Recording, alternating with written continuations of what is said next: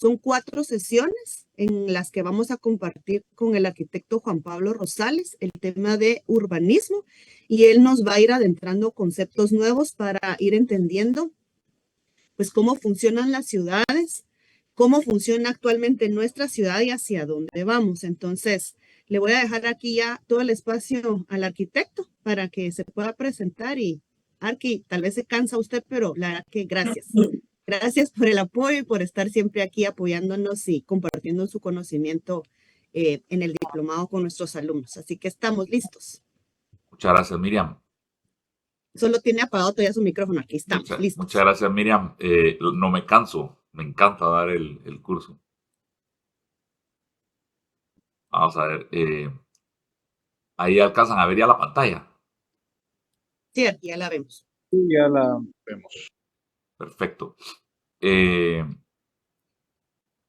curso de la Cámara de Corredores, solo siempre presentar esta imagen que es, ustedes van a tener acceso a estas presentaciones, pero es material con, digamos, con derecho de autor.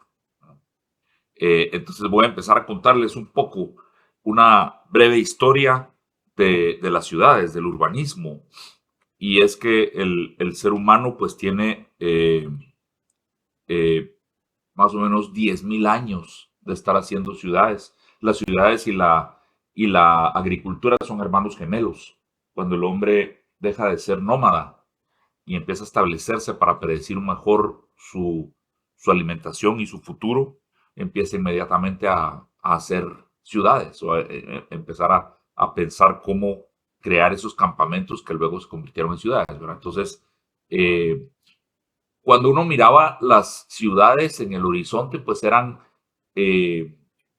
comprensibles, eran un conjunto de elementos o de componentes, digamos, que se veían en el horizonte. Se veía arquitectura religiosa, arquitectura institucional, arquitectura residencial. La arquitectura parecía lo que era, digamos que las casas parecían casas, los palacios parecían palacios, las iglesias parecían iglesias. Y alrededor se miraban los campos agrícolas, que eran como sus campos de influencia económica. El hombre durante estos 10.000 años que estamos hablando se dedicó a la agricultura. Su vocación económica fue principalmente agricultura. No es sino hasta apenas hace 200 años que empieza la revolución industrial y por eso cambia la forma de ganar dinero, digamos. Pero el hombre durante 10.000 años de historia hizo ciudades de cierta manera porque vivía de cierta manera. Su vocación económica era principalmente agrícola. Adentro de esas ciudades el espacio público en realidad no era para que pasaran carros. No había carros. Durante 10.000 años de estar haciendo ciudades, el hombre usaba el espacio público para vivir. Piensen que la casa era relativamente aburrida y oscura, ¿verdad? No había electricidad. Entonces, para iluminarla, había que encender velas y adentro, pues no había nada que hacer.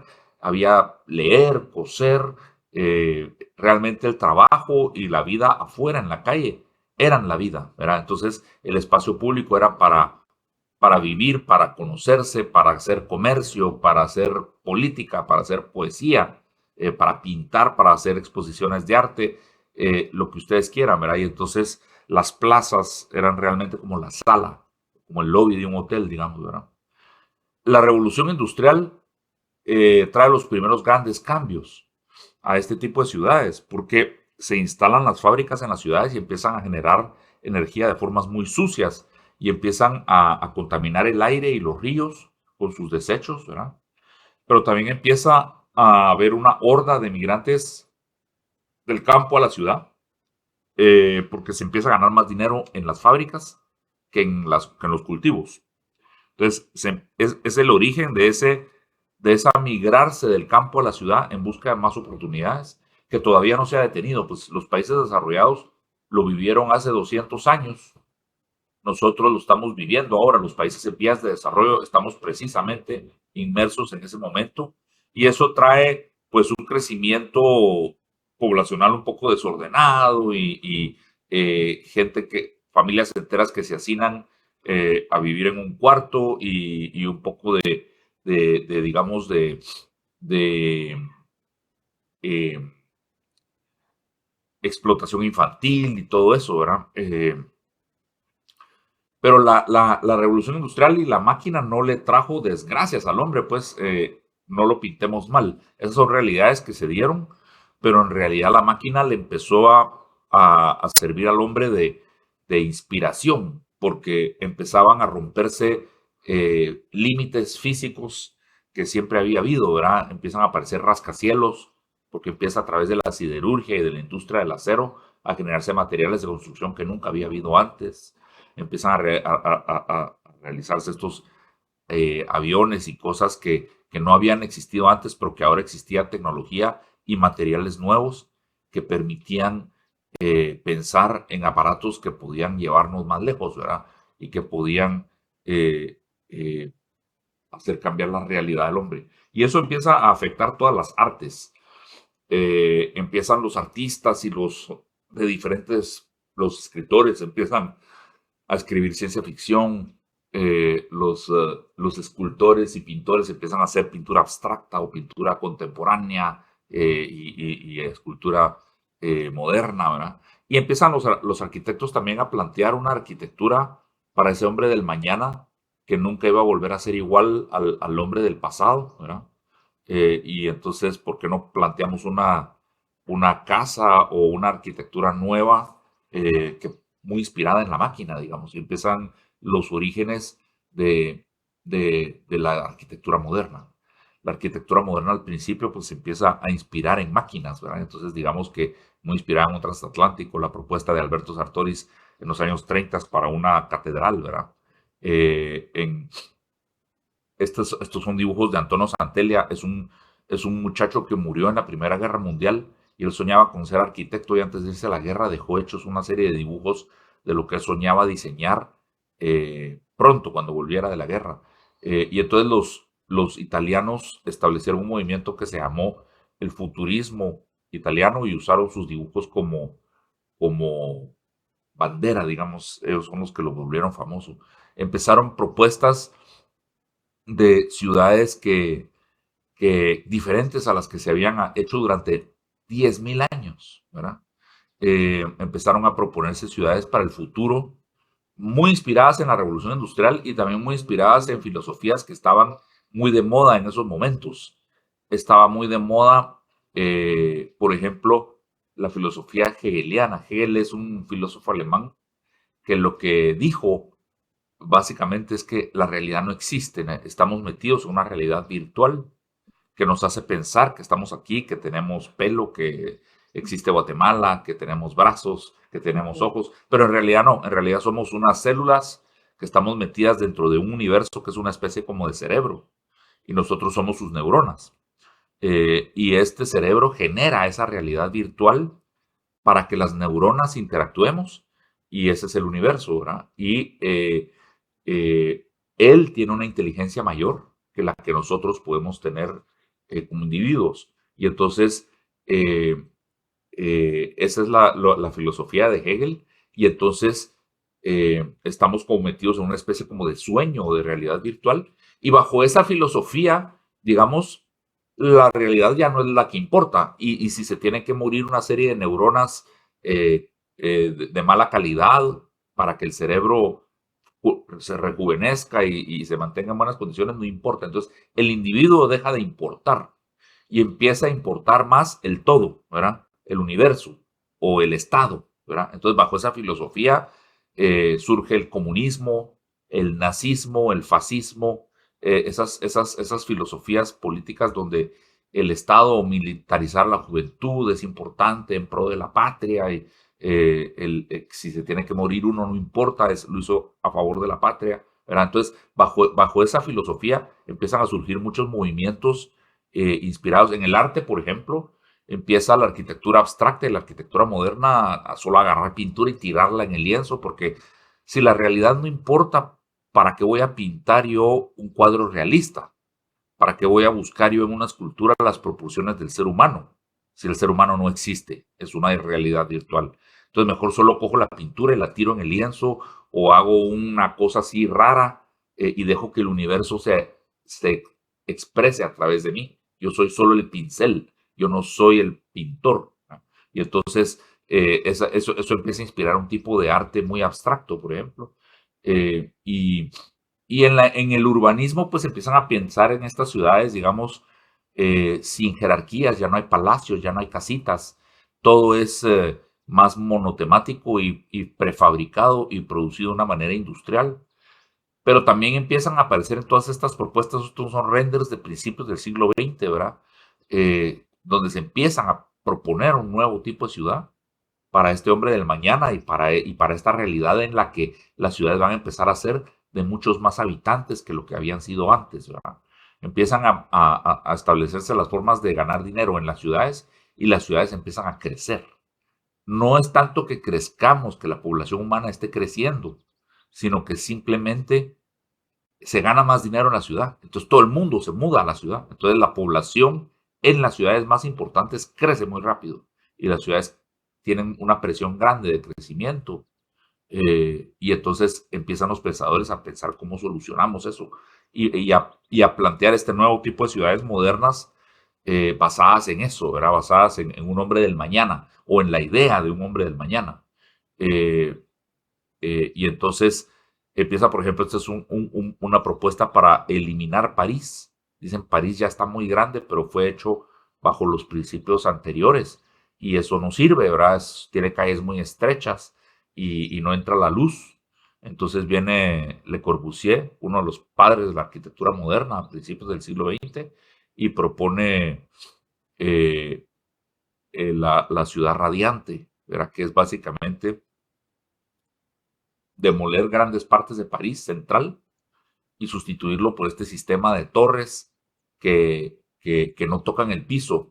En la foto de la izquierda de abajo se mira cómo estos edificios tienen una especie como de tren de aterrizaje y no tocan el piso y todo el parque continuo sería un parque continuo donde estas torres estarían separadas, estarían medio kilómetro de distancia cada torre. Tendrían varios pisos de altura, cientos de pisos de altura, y entonces se puede mantener la alta densidad poblacional de París, pero la gente ya tendría ventanas y verían a medio kilómetro de distancia estaría el otro edificio, ¿verdad? Y el sol entraría, por eso se llama la ciudad radiante, porque el sol y el aire entrarían y el verde sería continuo en la parte de abajo. Un parque continuo porque los edificios no tocarían el piso, sino que el parque pasa debajo de los edificios, ¿verdad? Eh, Esa era su propuesta. Y las operaciones de trabajo, digamos, se pueden llevar a cabo en estos edificios largos que ustedes ven ahí en la foto. Vamos a ver, estos edificios largos acá, como de 10 pisos de altura, ¿verdad?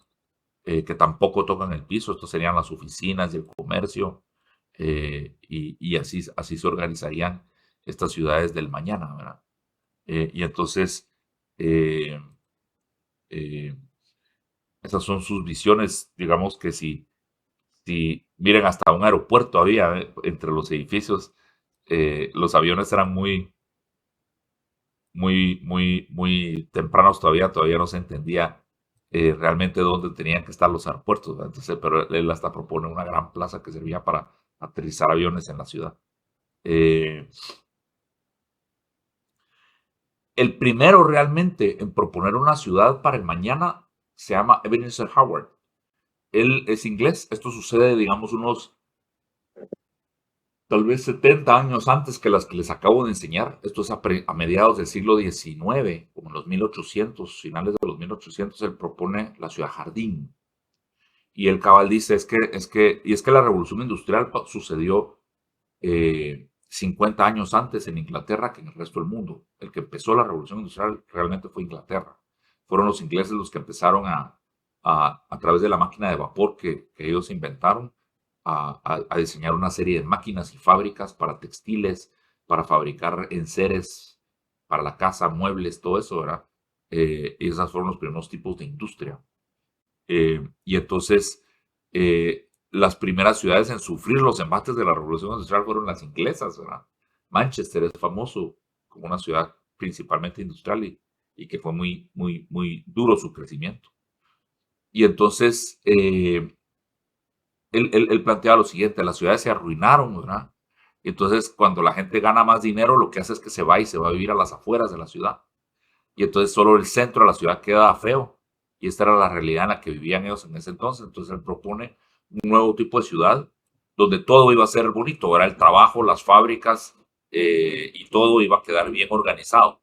Y entonces la forma en que lo propone es con ciudades donde se separan los usos. Y él produce dos falacias. Y voy a hacer aquí énfasis en qué significa una falacia.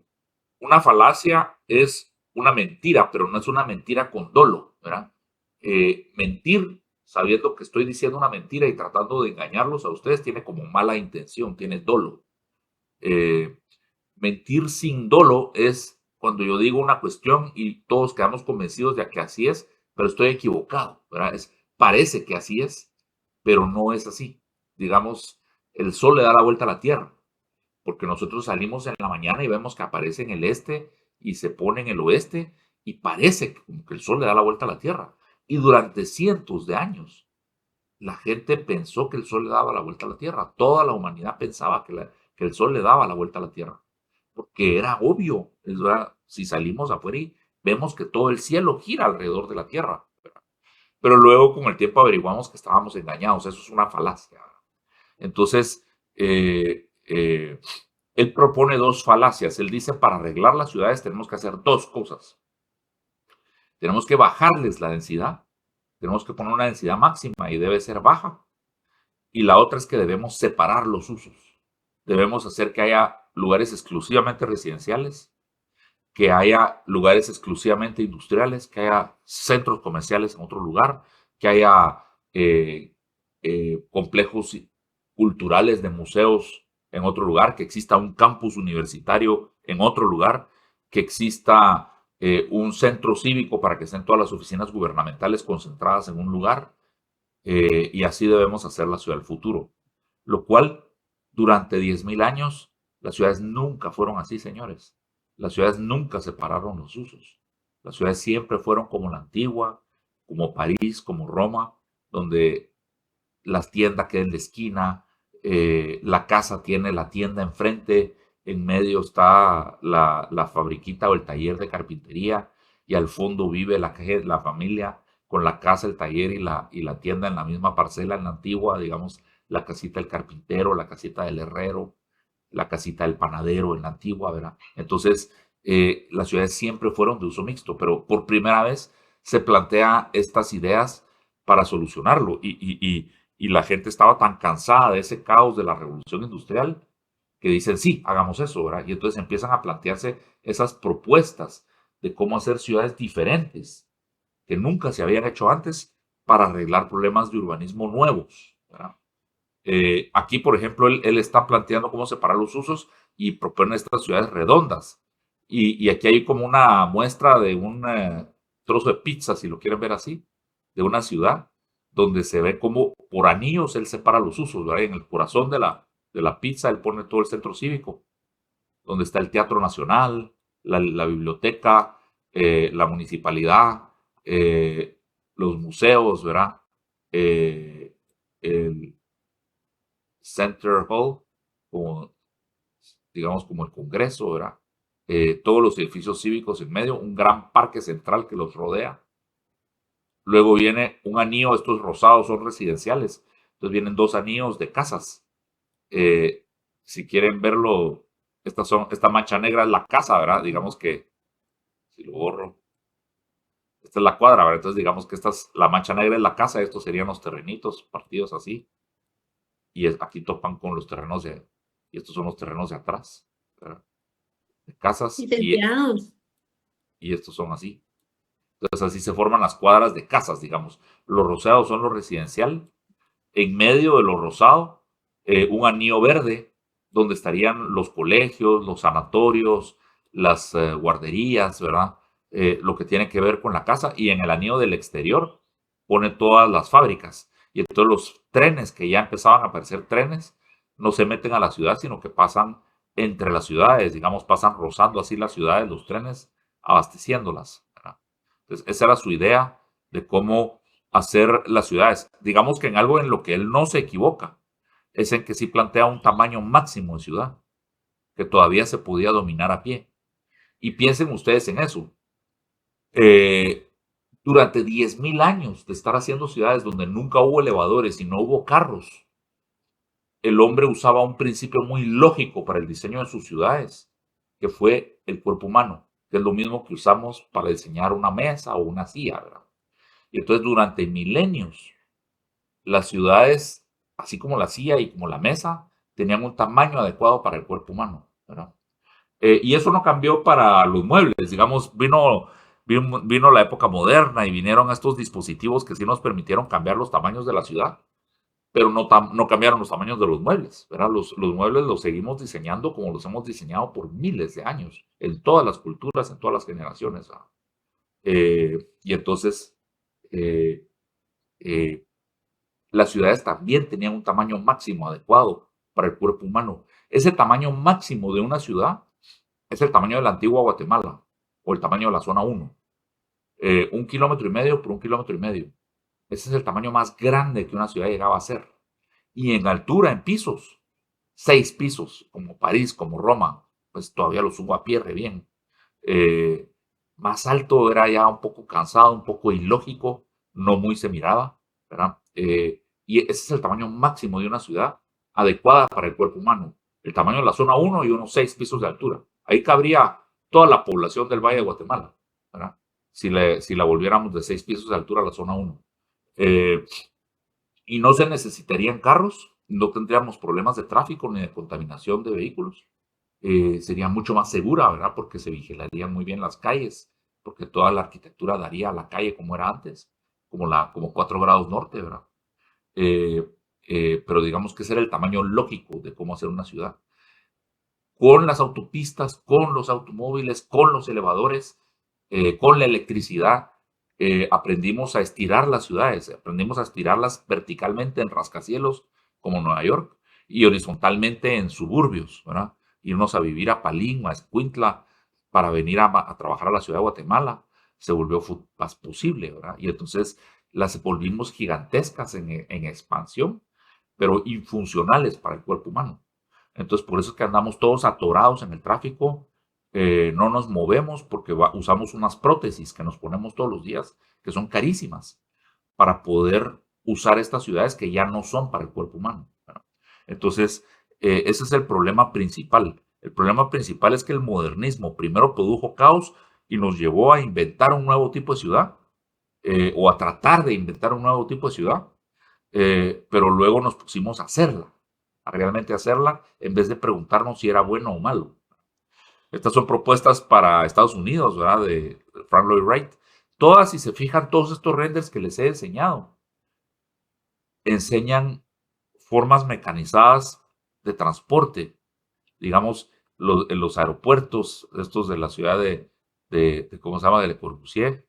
Miren esta de arriba, está llena de puntitos negros, de carritos, ¿verdad? O sea, se pierde en el horizonte la ciudad, ya no tiene límites, ya no tiene escala humana, pero está planteando una propuesta mecanizada de transporte, ¿verdad? Y en eso se están basando todos estos renders.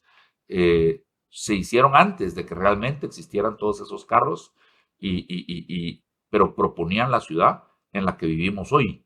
Digamos que realmente se pensó, los pensadores, los arquitectos avanzados, futuristas, pensaban que esa era la solución. Pensaban que realmente así debían funcionar estas ciudades. Y son renders muy lindos, muy poéticos, ¿verdad? Que nos vendían un tipo de ciudad que la gente quería que se produjera. Querían que realmente hacia ahí fuera el futuro, ¿verdad? Y el futuro llegó. Llegó después de la Segunda Guerra Mundial. Con el gobierno de Eisenhower surgió las autopistas de Eisenhower. El sistema interestatal de autopistas es un proyecto que surge con doble agenda. Es una agenda económica y una agenda militar, estratégica. Resulta que eh, se había terminado la Segunda Guerra Mundial. Cuando se peleó la Segunda Guerra Mundial, realmente el gran victorioso de la Segunda Guerra Mundial fueron los aliados, pero principalmente los Estados Unidos, ¿verdad? Como no le cayó ni una bomba a los Estados Unidos, solo en Pearl Harbor, pero realmente eso era en las islas de Hawái, pero en Estados Unidos continental, donde estaban todas sus fábricas, toda su infraestructura, sus pueblos, sus ciudades, su tejido social, no sufrió la guerra, ¿verdad? No cayó ni una bomba en los Estados Unidos continental.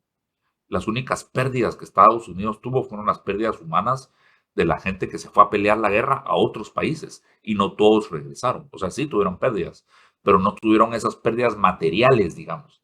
Y lo que pasó fue que ellos fabricaron todos los tanques, todos los aviones, todos los barcos, todos los jeeps que se utilizaron para ganar esa guerra. Entonces se hicieron multimillonarios, porque todos los empresarios, todos los dueños de fábricas de carros o de línea blanca, modificaban sus fábricas y se ponían a fabricar jeeps y armamento y ganaron mucho dinero haciéndole el armamento a los demás países a los que se lo vendieron para ganar la Segunda Guerra Mundial. Entonces, Estados Unidos salió muy victorioso en sentido económico, digamos, pero se había detenido esa demanda tan alta ¿cómo se llama?, de maquinaria bélica. La población tenía dinero porque toda la gente que había trabajado en esas fábricas habían doble turno, las mujeres trabajaban, son famosos los pósters donde están las mujeres vestidas de mecánico armando aviones, armando bombarderos. Toda la gente pudo ahorrar y la gente ganaba mucho dinero. Entonces había dinero en las arcas, digamos, no nacionales, sino en los bancos, sino que la gente tenía dinero. La población estaba enriquecida, digamos. Entonces se lo podían gastar. Entonces, pero Estados Unidos también como gobierno necesitaba inventar otro megaproyecto federal donde seguir inyectando dinero del gobierno, digamos, para que no viniera una recesión económica, que la economía se mantuviera acelerada en cierta forma. Y el Pentágono le planteó a Eisenhower, que era general, era militar. Empieza la Guerra Fría. Los rusos en el 49, imagínense, la guerra se terminó en el 46 con Hiroshima y Nagasaki y con el estreno, digamos, de la bomba atómica. Pero en el 49, apenas 3 años después, los rusos hicieron su demostración de que ellos también ya tenían una bomba atómica. Y entonces se empataron las cosas. Y empezó esa pugna por el comunismo contra el capitalismo. Y empezó la Guerra Fría. Inmediatamente después de la Segunda Guerra Mundial empezó la Guerra Fría. Y entonces el Pentágono le plantea a Eisenhower: necesitamos un sistema robusto de autopistas que comunique todo el continente americano y que podamos mover grandes cantidades de población o grandes cantidades de maquinaria bélica en un momento dado. Y entonces hagamos el sistema interestatal de autopistas. Entonces se construye el sistema interestatal de autopistas que se empezó a hacer en la década de los 50, cabal después de la Segunda Guerra Mundial, y en la década de los 60, durante más o menos 20 años, se dedicaron a construir autopistas en todos los Estados Unidos. Y eso lo que hizo es que le dio acceso a tierra muy lejana, muy barata, que eran fincas. Y ahora se llegaba en 5 minutos en autopistas de 3 carriles, ¿verdad? Entonces se llegaba en 5 minutos, entonces empezaron los desarrolladores inmobiliarios a hacer proyectos de casas, ¿verdad? De casas de lotificaciones. Y entonces entraron los grandes consorcios de General Motors y Sears, por ejemplo, la corporación Sears, a hacer estos proyectos, a comprar fincas, lotificarlas y a vender todo para armar la casa, ¿verdad? Entonces le vendían un catálogo. El catálogo Sears, mi papá todavía se lo compraba. Yo recuerdo cuando yo era pequeño, mi papá iba a Estados Unidos y regresaba con el catálogo Sears. El catálogo Sears parecía como ¿cómo se llama? Que era la guía telefónica. Todas estas cosas que ya no existen. Los que todavía conocieron las guías telefónicas de papel periódico, o unos libros así gruesos donde estaban todos listados los teléfonos en Guatemala y uno podía encontrar a la familia. O en las páginas amarillas uno podía encontrar a todas las empresas anunciándose ahí como llamarlos por teléfono. Y entonces parecía a la guía telefónica, era el catálogo Sears. Y entonces uno abría el catálogo Sears y ahí era el gran Semaco de los Estados Unidos, ¿verdad? Entonces uno entraba en las primeras páginas, había adornos para Navidad, cosas para el baño, cosas para la cocina, y en las últimas páginas estaban tipos de casa, le vendían a uno modelos de casa prefabricados, ¿verdad? Entonces, en las últimas páginas había diseños, una casa de un piso, de 3 habitaciones, para un terreno de tal ancho. Se hacían los terrenos de anchos estándar, y entonces en la última parte del catálogo Sears aparecían casas para diferentes anchos de terreno, dependiendo del ancho de terreno que uno se había comprado, ¿verdad? Y entonces le vendían a uno la casa, uno se la compraba a través del catálogo por correo, y le llegaba los contratos de la hipoteca, ¿verdad? Le llegaba, le hacían ofertas que le incluían la línea blanca y le incluían el automóvil en la hipoteca. Entonces eran consorcios que se juntaban, bancos, General Motors y Sears, a hacer estos grandes proyectos habitacionales, ¿verdad? Y es el origen del suburbio americano, de la idea de irse a vivir a las afueras de la ciudad, vivir en una ciudad de baja densidad, y toda familia va a contar con su vehículo, con su auto, con su lavadora de platos, lavadora de ropa, ¿cómo se llama? La estufa y horno, ¿verdad? Entonces, esa es la vida moderna, ya no se necesita carbón para hacer las cocinas, ya no está uno yendo a lavar la ropa a mano, esa vida moderna del americano moderno de los años 50, donde existen máquinas que nos hacen todo, hay licuadoras, hay tostadoras de pan, hay lavadoras de ropa, lavadoras de trastos, todo, la máquina nos vino a salvar la vida. Hay refrigeradoras que nos mantienen fresca la comida. Entonces yo puedo ir a un supermercado muy lejos, llenar el baúl del carro de cosas del supermercado, regresar, las meto en la refrigeradora y me duran semanas, meses. Si las congelo me duran años, ¿verdad? Entonces puedo abastecerme, ya no tengo que comprar la comida fresca en el mercado cada día. Puedo tener esa vida moderna, ¿verdad? Y entonces esto realmente surgió en los Estados Unidos después de la Segunda Guerra Mundial por el sistema interestatal de autopistas. Eso fue lo que realmente, lo primero fueron ideas, pero luego con el sistema interestatal de autopistas sucedió, ¿verdad?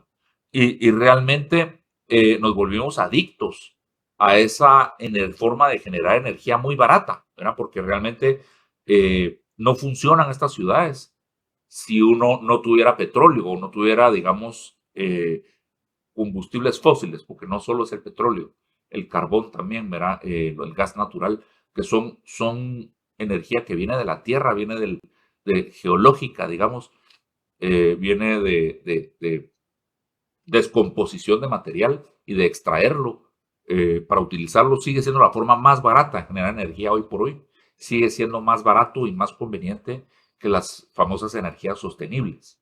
Entonces sigue siendo más barato generar energía quemando carbón, energía eléctrica quemando carbón, por ejemplo, que construyendo una hidroeléctrica o poniendo una planta solar, ¿verdad? Sigue siendo más barato haciéndolo quemando carbón. Pero el problema es que no es, ¿cómo se llama? No es sostenible, no es que sea infinita, se va a terminar, ¿verdad? Se sigue encontrando nuevos yacimientos y la ciencia sigue avanzando, pero algún día se va a terminar. Produce daño al medio ambiente porque sí contribuye con el calentamiento global. Pero el problema es que digamos, lo que estas imágenes de protesta, digamos, quieren comunicar es que somos una sociedad, sobre todo la gringa, ¿verdad? Que todos le hemos copiado a la sociedad gringa, todo nuestro estilo de vida aquí en Guatemala se parece mucho al estilo de vida americano, ¿verdad?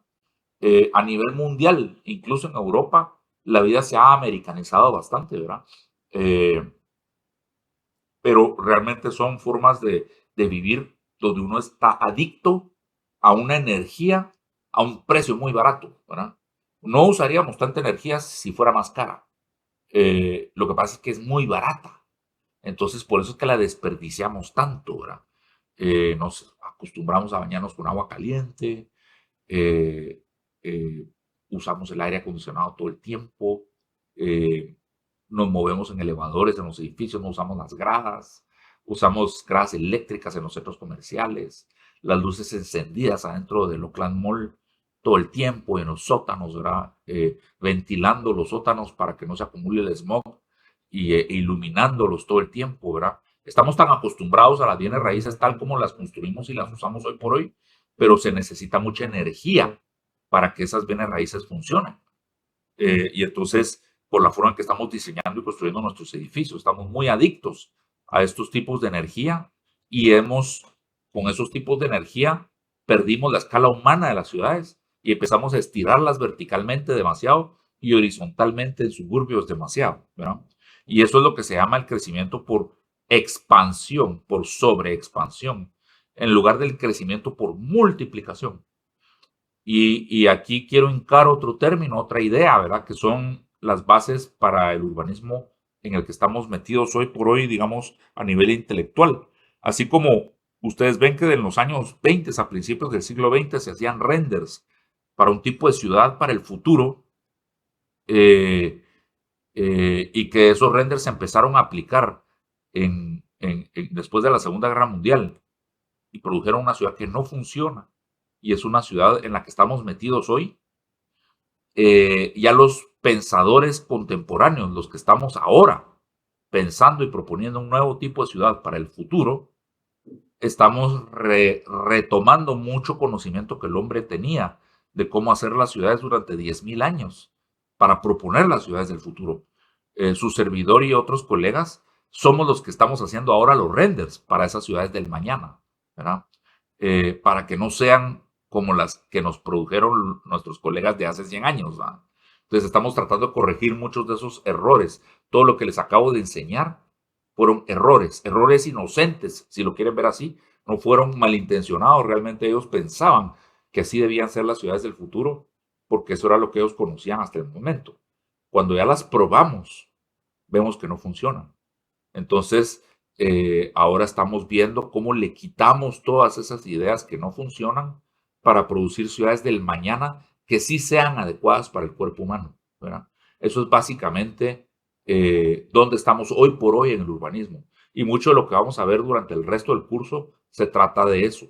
Se trata de cómo reconcebir los proyectos inmobiliarios, de cómo replantear la ciudad del mañana, pero eso inspira mucho cómo debemos reinventar los proyectos inmobiliarios, porque es el sector privado el que hace la ciudad hoy por hoy, ¿verdad? Toda la ciudad crece ahora en manos del sector privado y a través de proyectos inmobiliarios. Si ustedes están frustrados y atorados en Carretera El Salvador, ustedes se preguntan, ¿cómo paré metido aquí? Ustedes voltean a ver a todos lados y ven ahí una gasolinera, allá un centro comercial, allá un condominio de casas de un precio, aquí un condominio de casas de otro precio, y todo eso lo produjeron desarrolladores inmobiliarios, ¿verdad? La ciudad en la que están ustedes metidos, atorados, sufriendo en Carretera El Salvador, la construimos nosotros, el sector privado, a puros proyectos inmobiliarios. Entonces, si ese centro comercial es un desastre porque no puedo entrar al parqueo y no puedo salir del parqueo y como el señor está tratando de salir del parqueo de ese centro comercial y no me deja entrar a mi condominio de casas, todos esos problemas diarios que nos enfurecen, que nos quitan tiempo, que nos quitan dinero, lo produjimos a través de construir nosotros esos proyectos inmobiliarios, ¿verdad? No nos los produjo la municipalidad y la municipalidad no nos los puede componer. Entonces no debemos pedirle a los políticos que nos arreglen los problemas físicos que nosotros mismos nos causamos a través de construir y comprar e invertir en esos proyectos inmobiliarios. Mis colegas arquitectos los diseñaron, ¿verdad? Son malísimos, son pésimos, están re mal diseñados, pero nosotros los hicimos.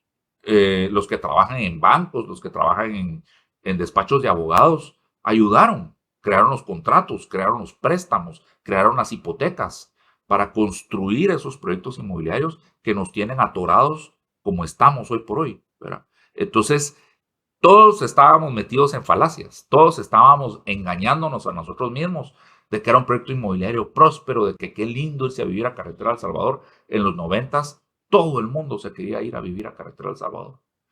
Hoy todo el mundo sufre los embates de lo que fue desarrollar durante la década de los 90s Carretera El Salvador, ¿verdad? Entonces, todo el que viva en Carretera El Salvador, lo lamento por ellos, ¿verdad? El valor de su propiedad no va en aumento, ¿verdad? Ustedes pueden ver que las plusvalías en Carretera El Salvador realmente no se realizan. Nadie quiere vivir en Carretera El Salvador. No funciona Carretera El Salvador. Todo el que vive en Carretera El Salvador sufre bastante. Y eso demuestra que no es una forma de construir ciudades, ¿verdad? Pero la hicimos todos con muy buenas intenciones, poco conocimiento, digamos, de cómo debían hacerse las ciudades. Entonces, realmente para hacer ciudades uno debe dejar de hacer estas grandes expansiones, de instalar suburbios residenciales a todo alrededor. Miren lo que sucede cuando yo le coloco a una ciudad como la zona 1, ¿verdad? Esta es la ciudad que les decía, ideal, que la podía dominar a pie si la hago de 6 pisos de altura, es la zona 1. Pero en vez de hacerla crecer por multiplicación, que es lo que el hombre hace, o la naturaleza hace, no el hombre. La naturaleza hace que todo crezca por multiplicación y no por expansión, ¿verdad? Y esa es la idea que les quiero dejar bien hincada, porque es la premisa sobre la cual estamos proponiendo los nuevos proyectos y las nuevas ciudades. Crecimiento por multiplicación en lugar de por expansión. Esto creció por expansión. Le instalamos unos suburbios muy grandes alrededor a la ciudad, a la zona 1, y luego ya no existe la zona 1. La matamos, ¿verdad? La destruimos porque se demuelen casas patrimoniales en el corazón de la zona 1 todos los fines de semana para hacer parqueos de piedrín, porque se llena de carros. Hay mucha demanda de espacio de estacionamiento en la zona 1 porque vienen todos de los suburbios, vienen a trabajar en carro, ¿verdad? Entonces se necesita espacio de estacionamiento y eso destruye la ciudad. Y es realmente mucho el espacio en bienes raíces que le estamos dedicando a los automóviles. Y eso nos encarece todo. Ustedes creen que van a Walmart y entonces ahí la leche es más barata o el cereal es más barato. El precio del parqueo donde ustedes se estacionaron en Walmart para entrar con la carretilla cuesta dinero. Entonces tienen que llenar el estacionamiento de carretillas. Tienen que hacer rampas para que las carretillas suban y entren a la tienda. Le construyeron un gran sótano al Walmart y una gran playa de estacionamiento frente al Walmart. Entonces compraron 4 veces más terreno que el que se necesitaba para poner la tienda, porque se necesita espacio para el parqueo, ¿verdad? Entonces la tienda es 4 o 5 veces más cara de lo que tenía que haber sido si la hubiéramos puesto en la zona 1, ¿verdad? Entonces eso está metido en el precio de la leche y en el precio del cereal. Este espacio que ustedes ven en la imagen que ocupamos nosotros cuando yo doy la clase en la cámara de corredores es más dramático porque le digo, miren lo que ocupamos, lo que estamos aquí en el aula, ¿verdad? Y ahí estamos todos y se llena el aula porque este curso de Miriam Bojorges es buenísimo, tiene mucha demanda, entonces siempre se llenan los cupos. Entonces está llena el aula, ¿verdad?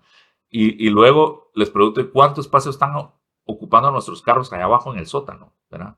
Entonces, cabal, uno hace la matemática mental, ¿verdad? Y ustedes les digo, ¿y ustedes lo que pagaron por el curso? ¿Ustedes creen que no pagaron el parqueo de allá abajo y les dan un ticket para que el parqueo les cueste solo 10 quetzales? Pero la cámara está pagando el resto del pisto, ¿verdad? Entonces está metido en el precio del curso. Entonces, no hay nada que hagamos en la vida donde no estemos pagando parqueo. O sea, nosotros estamos pagando los bienes raíces que se requiere para tanto el área que estamos ocupando nosotros, en el colegio, en la universidad, en la oficina, como el área que están ocupando nuestros carros allá abajo, ¿verdad? O donde estén guardados, pues en lo que nosotros estamos en el colegio o en la oficina. Si ustedes hacen una ciudad donde yo no necesito el carro, entonces me van a salir más baratas las cosas. Pero de momento estamos pagando todo está factorizado en el precio de nuestras cosas, ¿verdad? Ya estamos pagando un montón de impuestos ocultos, digamos, que nosotros mismos nos hemos puesto por estar haciendo una ciudad donde se le está dejando espacio al automóvil. Y eso es lo que ha hecho que dejemos de vivir en una ciudad agradable, que la puedo caminar y voy viendo vitrinas. Ustedes escuchan las anécdotas de los abuelos, ¿verdad? Y de nuestros papás. Es que la Sexta Avenida en la zona 1. Nosotros íbamos a sextear después del colegio. No nos íbamos directo a la casa, sino que nos íbamos a la Sexta, que en la Sexta estaban todas las cafeterías y ahí vendían los milkshakes y las donuts y estaban los cines y entonces toda la patojada estaba en la Sexta Avenida toda la tarde conociéndose en los parquecitos ahí del Parque Colón, ¿verdad? Y mi mamá patinaba, cuenta su historia, cómo patinaban con patines, aquellos patines de hierro, ¿va? De rueditas de hierro todavía, y se brincaban los arriates del Parque Central en la zona 1, ¿va? Eh, y, y entonces pasamos de esta ciudad compacta, caminable, a esta ciudad toda dispersa, donde las cosas están muy separadas y hay parqueos para cada cosa, pero ya no la puedo caminar. Ya no la puedo caminar porque me asoleo, me muero de calor, está muy lejos esta casa de la siguiente, está muy lejos esta tienda de la otra, entonces mejor uso el carro. Y ustedes lo viven en Guatemala, por ejemplo, yo me quiero comprar una televisión y voy a Las Majadas, y entonces voy al tienda Max de Las Majadas, y me miré todas las televisiones de la tienda Max. Y en eso me acuerdo que en Sears también venden televisiones, y Sears está ahí a 100 metros. Pero yo no camino esos 100 metros de tienda Max a Sears, en Majadas, porque está lleno de playas de estacionamiento y la banqueta es muy precaria, no me atrae a caminarlo. Entonces me subo a mi carro en la tienda Max, manejo 100 metros y quiero que me tengan otro parqueo libre frente a Sears y no muy lejos de la puerta de Sears, porque si me estaciono muy lejos de la puerta de Sears, caminar desde mi carro hasta la puerta de Sears y si me compro la televisión, después traerla desde ahí hasta mi carro, es horrible. Y ustedes siempre están haciendo sumas y restas en su mente cuando están buscando su espacio de estacionamiento. ¿Qué tan lejos me quedan los elevadores? ¿Dónde están las gradas eléctricas? Es horrible caminar en los sótanos del Oakland Mall, es horrible caminar en los sótanos de Miraflores, es horrible caminar en los estacionamientos de las Majadas. Y siempre estamos pensando nosotros cómo nos defendemos de quitarnos esos metros de caminar, porque no nos han hecho una ciudad agradable para caminar, ¿verdad? No es agradable caminar en estacionamientos y vivimos metidos entre estacionamientos, señores, ¿verdad? Entonces, ese es el problema, ¿verdad? Mientras que caminar por la zona 4 en 4 grados norte, o caminar por París, o caminar por Roma, o caminar en la Antigua, es tan lógico, tan natural, es tan invitador que hago eso. Si yo me meto a Disney World, Disney World está hecho para que ustedes dejen el carro estacionado y olvidado por allá y se metan a un mundo de fantasía que se parece a las ciudades del pasado. Para que ustedes sientan cómo era que ahí quedaban los bomberos, ahí quedaba la municipalidad, ahí quedaba el teatro, ahí era la estación de tren, esta es la calle donde estaba el barbero, el fotógrafo, los hot dogs, toda Main Street USA de Disney World. Lo primero que lo meten a uno es en un pueblo tradicional de los Estados Unidos. Luego se lo llevan hacia cómo eran los pueblos por el Caribe, y ahí está el árbol de la familia Robinson Crusoe y los piratas del Caribe. Luego se lo llevan al antiguo Nueva Orleans, donde está el barco aquel de vapor. Luego se lo llevan al antiguo plaza de Liberty Square, como era Washington DC, y está el Hall de los Presidentes.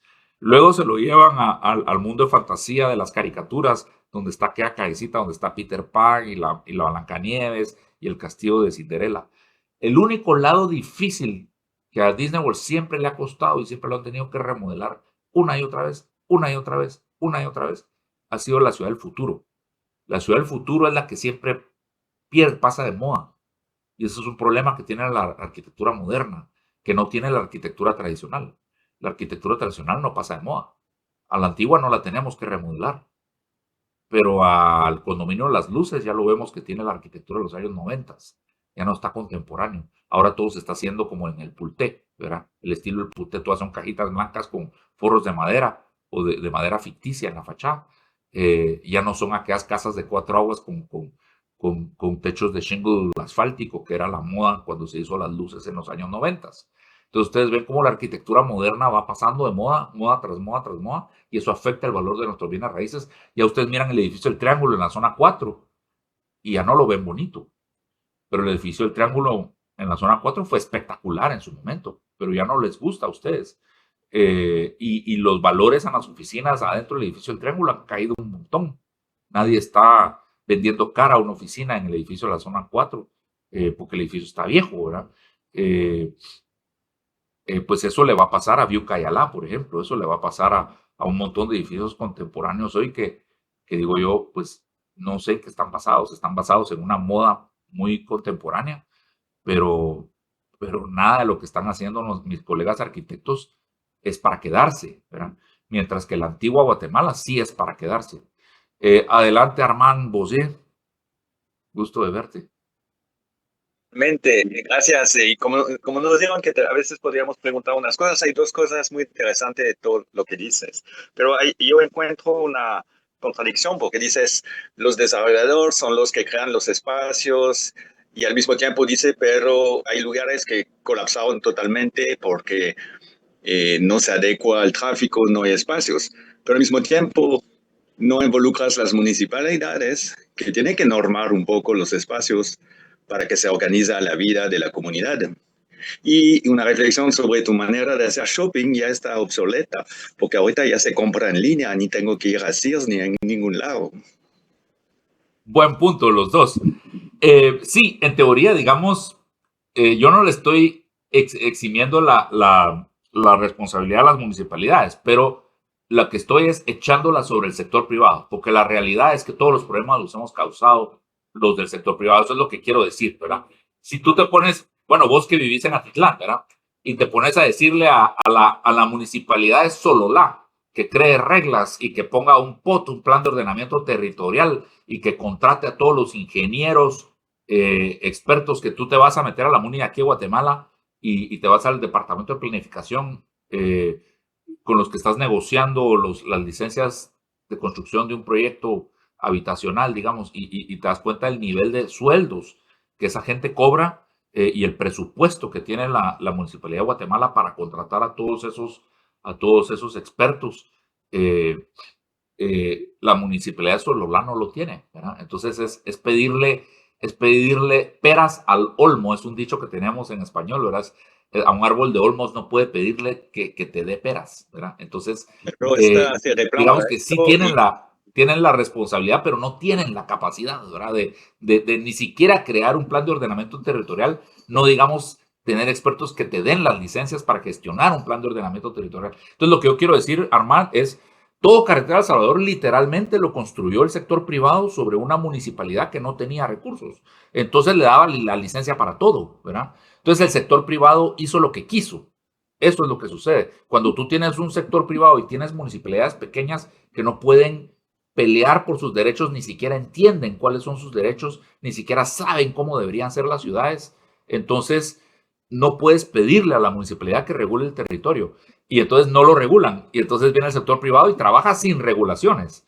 Y el sector privado, al trabajar totalmente libre, sin regulaciones, te produce Carretera El Salvador. Entonces lo que yo estoy diciendo es, eso es lo que sucede, señores. Entonces también volteémonos a ver en el espejo. Y nosotros, que tenemos total libertad, porque es la realidad, en Guatemala tenemos total libertad para hacer lo que se nos da la gana, porque las municipalidades no tienen los recursos ni los medios para regularnos.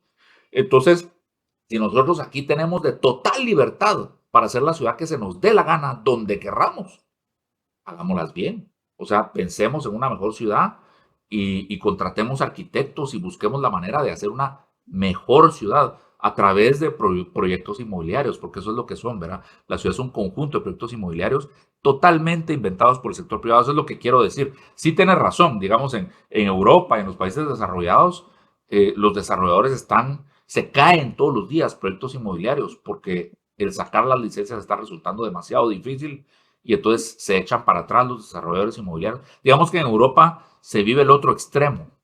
Están ya tan complicados los procesos para sacar licencias que hay veces que hay un proyecto inmobiliario buenísimo y al final ya no se realiza porque la burocratización es demasiada, ¿verdad? Entonces, también se puede vivir el otro extremo. Y créanme, aquí en la ciudad de Guatemala, en el municipio de Guatemala se está empezando a volver así. Entonces es complicado a veces cuando también se burocratiza demasiado el urbanismo. Yo honestamente pienso que los privados somos los que debiéramos saber qué es lo que queremos hacer, pensar en una mejor ciudad para nuestro prójimo y en base a eso proponer proyectos inmobiliarios visionarios que realmente vayan produciendo una ciudad bien construida y muy funcional. Y eso es lo que le debiéramos de vender a nuestros clientes a través de nuestras promociones de los proyectos inmobiliarios, que realmente está concebido bajo principios buenos, digamos, que van a producir que una ciudad nazca bien y crezca bien. Y a eso es a lo que yo me dedico, es hacer planes maestros para desarrolladores privados. Y entonces trato de explicarles por qué es así el diseño y cómo deben ir desarrollando el plan maestro para que crezca y se convierta en una en una ciudad que funcione, ¿verdad? Créanme que de decirlo a lograrlo hay un gran trecho. Participa tanta gente en la hechura de una ciudad que muchas veces se pierden muchas cosas en la traducción, ¿verdad? Pero digamos que aquí les estoy explicando los problemas para que encontremos una manera de ir buscando soluciones. Una de esas era eso, ¿verdad? Y nuestro shopping que ahora se hace por internet y que ahora en Guatemala ya se hace por internet, pero es fascinante, ¿verdad? Porque aquí en Guatemala, en la ciudad, todavía vamos muchas veces al centro comercial, pero ya no vamos al centro comercial a comprarnos la ropa o los zapatos, sino que vamos al centro comercial a comprarnos helado, a pasar la tarde, a almorzar, al cine. Los centros comerciales se han ido volviendo más lugares de entretenimiento, de comida y entretenimiento, más que de comprar lo que necesitamos para abastecernos. Lo que compramos, lo que consumimos de ropa, de zapatos y todo eso, nos lo compramos en línea. Incluso en Guatemala ya cada vez sucede más, sobre todo en el interior, ¿verdad? En el interior no hay estos grandes almacenes, ¿verdad? No están los grandes centros comerciales tipo el Oakland Mall. Entonces, han surgido mucho esa venta en línea y sí han surgido mucho las empresas de logística que están llevando las cosas hasta Petén, ¿verdad? Entonces, me las compro por internet y me llegan a Petén, ¿verdad? Pacífico.com, grandes empresas que están trayendo ya grandes stocks y los tienen en almacenadoras y los distribuyen a nivel nacional ya por internet.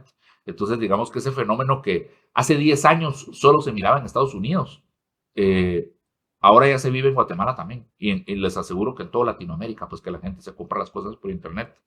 Y eso sí está cambiando drásticamente qué tan grandes son y cómo diseñan los centros comerciales, porque en Estados Unidos han quebrado por completo todos esos malls suburbanos, los grandes malls que quedaban en los suburbios, cerraron, ¿verdad? Y hay muchos que están abandonados, demolidos.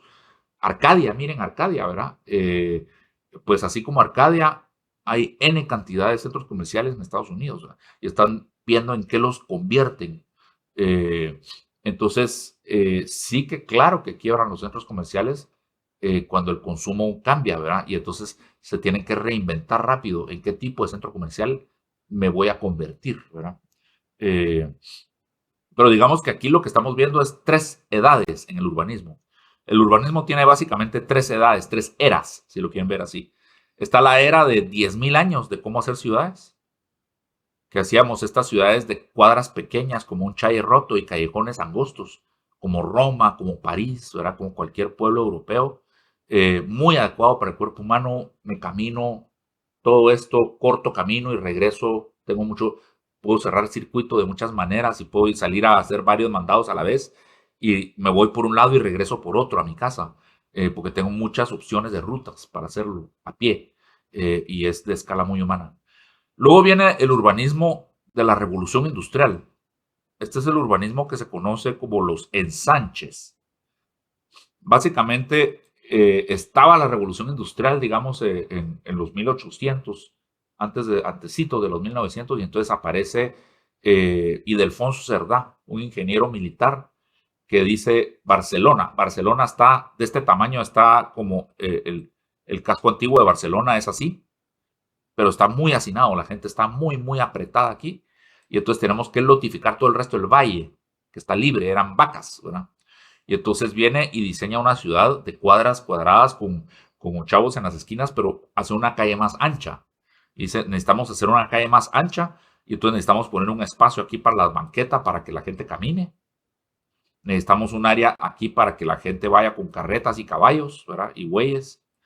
Necesitamos una parte en medio para que vayan trenes, porque ya se veía que iban a haber trenes y tranvías, ¿verdad?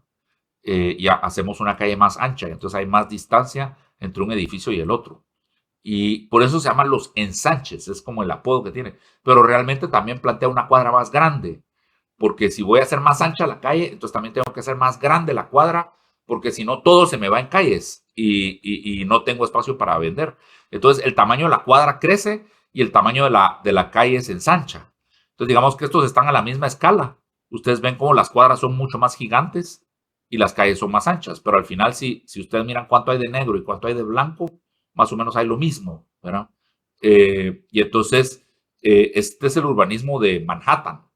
el urbanismo, digamos que me salgo de la zona 1 y lotifico Tivoli y zona 10, ya con un urbanismo de cuadras más anchas, de cuadras más grandes y calles más anchas, ¿verdad?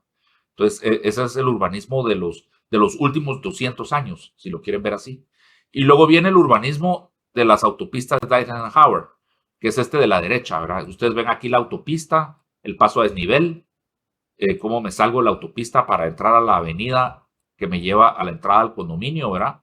Con la garita y las calles que se terminan en cul-de-sac, y cómo yo puedo vivir en esta casa y soy vecino del que vive en esta casa de aquí atrás mío, soy vecino por jardín trasero, pero para llegar a pie a su casa no puedo. Me tengo que ir a buscar un paso a desnivel para llegar en carro a su casa, pero a pie no puedo. Si con una escalera me brinco la pared de atrás, tal vez llego más fácil a su casa que si me voy a buscarlo por la fachada de enfrente, ¿verdad? Entonces, este es el urbanismo que de verdad ya no debiéramos usar. Digamos que eh, eh, vamos a dejar los dos de la izquierda como que están probados y se han usado y funcionan y se han usado como por milenios, ¿verdad? Pero este lo hemos probado desde la Segunda Guerra Mundial para acá en los últimos 70 años. Este es el que hemos usado y de verdad no funciona, ¿verdad? Entonces, este es el que ya no debiéramos hacer nunca más. Se sigue haciendo todo el tiempo, pero este es el que de verdad debemos aprender a desechar. Estos dos funcionan y yo tengo mi tesis de que este es mucho mejor, que tiene 10,000 años de experiencia y que este es bueno, pero este es mucho mejor, ¿verdad? Es decir, es mejor Roma que Manhattan, ¿verdad? Roma es una ciudad milenaria, es mejor París que Manhattan, ¿verdad? Manhattan se sale de la escala humana, es fantástico, Manhattan es fantástico, pero para mí es mejor Roma y es mejor París como ciudades, si uno tiene que comparar. Adelante, Alexander. Buenos días, buenos días. Digo, sí, como usted mencionó, el tema del centro comercial, no me acuerdo de nombre, pero usted me dijo, como hasta hace muy poco entendí o supe de que sí es cierto de que está bastante abandonado, pues, y que ya no se puede rescatar como tal, ¿verdad? Como el centro comercial. El organismo judicial estaba buscando alquilarlo para poderle dar un uso. No sé por qué no se ha dado, pero es lo que yo quería mencionar, ¿verdad? Que buscan, pues, continuar que la infraestructura funcione de alguna manera. Únicamente, perfecto. Sí, esos centros comerciales son diseñados como, al final cuando ustedes diseñan para el comercio, diseñan un edificio que es un esqueleto vacío y luego lo subdividen en tiendas con paredes temporales, por la flexibilidad que uno tiene que tener para reinventar el centro comercial y mantenerlo al día, o para cuando se va un inquilino y entra otro y este quiere más espacio o menos espacio. Entonces ustedes solo pónganse a pensar cuántas veces no se ha rediseñado y se ha reinventado el Oakland Mall, ¿verdad? De como lo conocimos originalmente a como es hoy por hoy es diferentísimo, ¿verdad? Y entonces, cuando uno diseña estos centros comerciales, realmente los diseña de una forma muy, muy flexible. Entonces, son edificios que la estructura en sí puede servir para muchas cosas, ¿no? Entonces, digamos que sí, Arcadia no funcionó como centro comercial. Yo lo que creo es que es un gran futuro para, para call centers, ¿verdad? O para cabal, para edificio de oficinas así masivo, digamos. Pero aquí les expliqué las 3 eras del urbanismo. Aquí ustedes ven el problema que tenemos por estar haciendo el urbanismo de las autopistas de Eisenhower, ¿verdad? El urbanismo los últimos, después de la Segunda Guerra Mundial. Las calles blancas ya estaban ahí cuando esto era todo vacío y era agrícola. Y entonces yo me pongo a hacer proyectos de casas en condominio cerrado de garita y empiezo a agregar metros cuadrados de casa, de calle, que son todas las amarillas. Pero esas amarillas no conectan, no sirven para incrementar la conectividad de la ciudad según estoy incrementando la población. Toda esa población, todas esas calles amarillas conectan a las calles blancas que ya existían, pero no agregué calles para poderme mover por la ciudad. Entonces solo agregué calles que sirven para llegar a las casas, pero no para moverse por la ciudad. Entonces, como esas calles extra no conectan, no contribuyen al funcionamiento de la ciudad, solo la están sobrecargando. A la única ciudad que ya existía, las únicas calles que ya existían, solo las están sobrecargando. Entonces, esas calles pronto están colapsadísimas, ¿verdad? Y eso es Carretera El Salvador. Carretera El Salvador no era una ciudad, era una carretera en medio del campo para ir de Guatemala a El Salvador, ¿verdad? Y todo lo que hubiera en el camino. Pero empieza a colocar estas calles amarillas para hacer condominios de casas o centros comerciales. Y colapso Carretera El Salvador porque no agregué otra carretera paralela cada cierto tiempo, digamos. Y entonces ustedes miran ese urbanismo descompuesto, ¿verdad? Y esto es un suburbio de Baltimore, pero puede ser cualquier suburbio de los Estados Unidos porque todos los Estados Unidos es genérico, es idéntico, ¿verdad? Todo es igual. Ustedes miran una fachada de McDonald's y no saben si están en Arizona o si están en Boston, ¿verdad? No saben si están en la costa este o en la costa oeste de los Estados Unidos, ¿verdad? Que tienen todo un continente de por medio, pero todo es igual, ¿verdad? Casi no hay diferencia en la arquitectura ni nada, todo es genérico, ¿verdad? Entonces, yo aquí tengo R1 que es diseñado para casas, regulación, solo puedo hacer casas y solo puedo hacer X cantidad de unidades habitacionales por hectárea. Aquí tengo R2 para apartamentos, ¿verdad? Aquí tengo la autopista, paso a desnivel, la avenida principal. Y entonces aquí están las tiendas y aquí están las oficinas. Digamos, este es un edificio de oficinas con todo el estacionamiento aquí enfrente. Entonces, yo vivo en este apartamento. Mis papás viven en esta casa. Yo trabajo en este edificio de oficinas. Y probablemente vengo a comprar aquí el concentrado del gato y los zapatos y la televisión, ¿verdad? Entonces no puedo caminar de mi casa a la tienda. Tengo que subirme al carro, ir, manejar, venir, que tenga un espacio de estacionamiento aquí para mí, entrar. Luego necesito ir a trabajar, salgo de aquí, tengo que venir a dar una vuelta con unos semáforos para venir y meterme aquí y estacionarme aquí y entonces trabajar. O sea, se dan cuenta, si uno más o menos alcanza a ver de un producto inmobiliario al otro, pero está totalmente desconectado, como que lo hiciéramos a propósito, totalmente adrede, ¿verdad? Y entonces la gente me dice, pero es que Carretera Salvador es una ciudad, ahí hay de todo. Y yo les digo, huesos, eso es como que yo coja el reloj, lo desarmo, ¿verdad? Y pongo todas las piezas sobre la mesa y les diga, ahí hay un reloj, ¿verdad? Ahí están todas las piezas para hacer una ciudad, pero está totalmente desagregado. No funciona porque están separadas las piezas, ¿verdad? Cuando realmente debieran estar íntimamente engranadas, puros engranajes, para que la ciudad funcionara, como estaban en la zona 1, ¿verdad? Así como me ponían todos mis almacenes en la zona 1, cerca de la casa, así quisiera que me pusieran todos mis almacenes hoy en día, que no me los metieran todos en el Oakland Mall o todos en Condado Concepción, ¿verdad? Sino que me los pusieran muy cerca de mi casa, incluso adentro de mi condominio, si se pudiera, ¿verdad? Entonces, eso es un poquito lo que la gente realmente quiere. La gente quiere vivir en lugares seguros, no quiere vivir en lugares, digamos, segregados. Los primeros pasos que dimos en esa ciudad de empezar a separar los usos y de segregar las cosas fue en la época del modernismo. En los años 50 se planteó el centro cívico. Pero yo tengo una relación de amor y nostálgico por el centro cívico, porque mi papá fue de los grandes ingenieros que lo construyeron, socio de Jorge Montes y Rosales. Jorge Montes fue el gran arquitecto, de los grandes arquitectos de esa época, arquitecto del centro cívico, del campus universitario de la San Carlos. En esa época de los 50 se estaba haciendo una ciudad muy moderna. Guatemala como país tenía mucho pisto, ¿verdad? Y el gobierno tenía pisto y entonces hacía proyectos impresionantes, la Aguilar Bates, el Trébol, la Liberación, el Periférico, todos eran proyectos estatales que modernizaban a la sociedad y el centro cívico fue uno de ellos, pero estaba basado en estas ideas que estaban pensando que eran las ciudades del futuro. Y entonces cuando ustedes piensan en el centro cívico desde el Teatro Nacional hasta las torres de finanzas, hay 60 manzanas de extensión, es una caballería. Una caballería es la mitad de la antigua. Una caballería es una cuarta parte de la zona 1. Entonces imagínense todas las casas y tienditas y negocios que pudieron haber habido ahí mismo, acompañando al teatro, acompañando a la municipalidad, acompañando al edificio del IX, acompañando al Banco Guatemala, si lo hubiéramos hecho como la zona 1. Miren, el Congreso está al lado de casas particulares.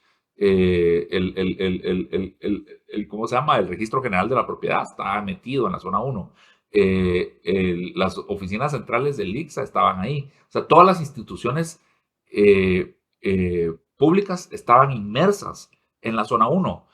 La Universidad San Carlos estaba repartida por toda la zona 1. La Facultad de Ingeniería quedaba en tal edificio. La Facultad de Medicina quedaba allá en el Paraninfo Universitario en la Segunda Avenida. La ciudad era el campus universitario a la vez. Uno vivía adentro del campus universitario. Uno no tenía que ir el carro y manejar no sé cuántas horas, ir a crear unos grandes embotellamientos de tráfico para ir a la UNIS, a Carretera El Salvador, o para ir a la Landívar en Vistahermosa 3, o para ir a la Marroquín ahí en el barranco de la zona 10, o a la San Carlos, no digamos, los grandes problemas de tráfico de la entrada y salida de los estudiantes y el inicio y final de clases, ¿verdad? Esos conceptos son modernistas. Y los primeros conceptos modernistas fue, por ejemplo, el centro cívico, ¿verdad? Ahí ustedes ven los trenes de aterrizaje de Le Corbusier, ¿verdad? El Banco de Guatemala no toca el piso, la municipalidad tampoco toca el piso, tienen ese tren de aterrizaje, esos pilotís que los separan del suelo, y estos grandes lobbies de vidrio iban a ser abiertos al público. La idea era que en las tardes, en las noches, la gente se salía después de cenar y se venían a caminar todos los lobbies de los edificios del centro cívico, y por eso iban a estar llenos de los murales de Carlos Mérida y de todo ese arte contemporáneo de esa época. Pero al final siempre estuvieron cerrados los lobbies, las instituciones los tomaron y los cerraron desde el día 1, ¿verdad? Y nunca fueron parte, el concepto original del centro cívico es que iban a ser parte ese primer piso del centro cívico, igual que la idea de Le Corbusier, que el parque era continuo y pasaba por debajo de los edificios. En el centro cívico también iba a estar dedicado al público y a la sociedad, y las oficinas iban a empezar del tercer nivel para arriba. Nunca fue así. Siempre desde que se inauguraron estos edificios, los lobbies estuvieron cerrados y en manos de la institución. Pero digamos que ese fue un primer paso que dimos en esta dirección cuando yo estaba haciendo mi tesis cabal en los 90s. Le decía a mi asesor cómo yo veía que la ciudad crecía como cortezas de árbol, y cada vez que se agregaba una capa más afuera, cambiaba las condiciones de las capas que habían quedado encerradas adentro, y que la gente se había ido a vivir a las afueras de la ciudad, pero luego le agregaban otra capa a la ciudad, y entonces esas ya no eran las afueras y empezaban a quedar encerradas en medio y empezaban a volverse caóticas. Y yo lo miraba de una forma muy intuitiva, muy inocente, si lo quieren ver así, como Tívoli, la zona 10, Tívoli, la zona 9 por el Parque de la Industria, fue donde yo crecí. Y fue un suburbio residencial, fue las afueras de la ciudad. En los años 50 y 60 era una lotificación, como irse a vivir a Mushbal, como irse a vivir a Santa Rosalía, ¿verdad? En las afueras de la ciudad.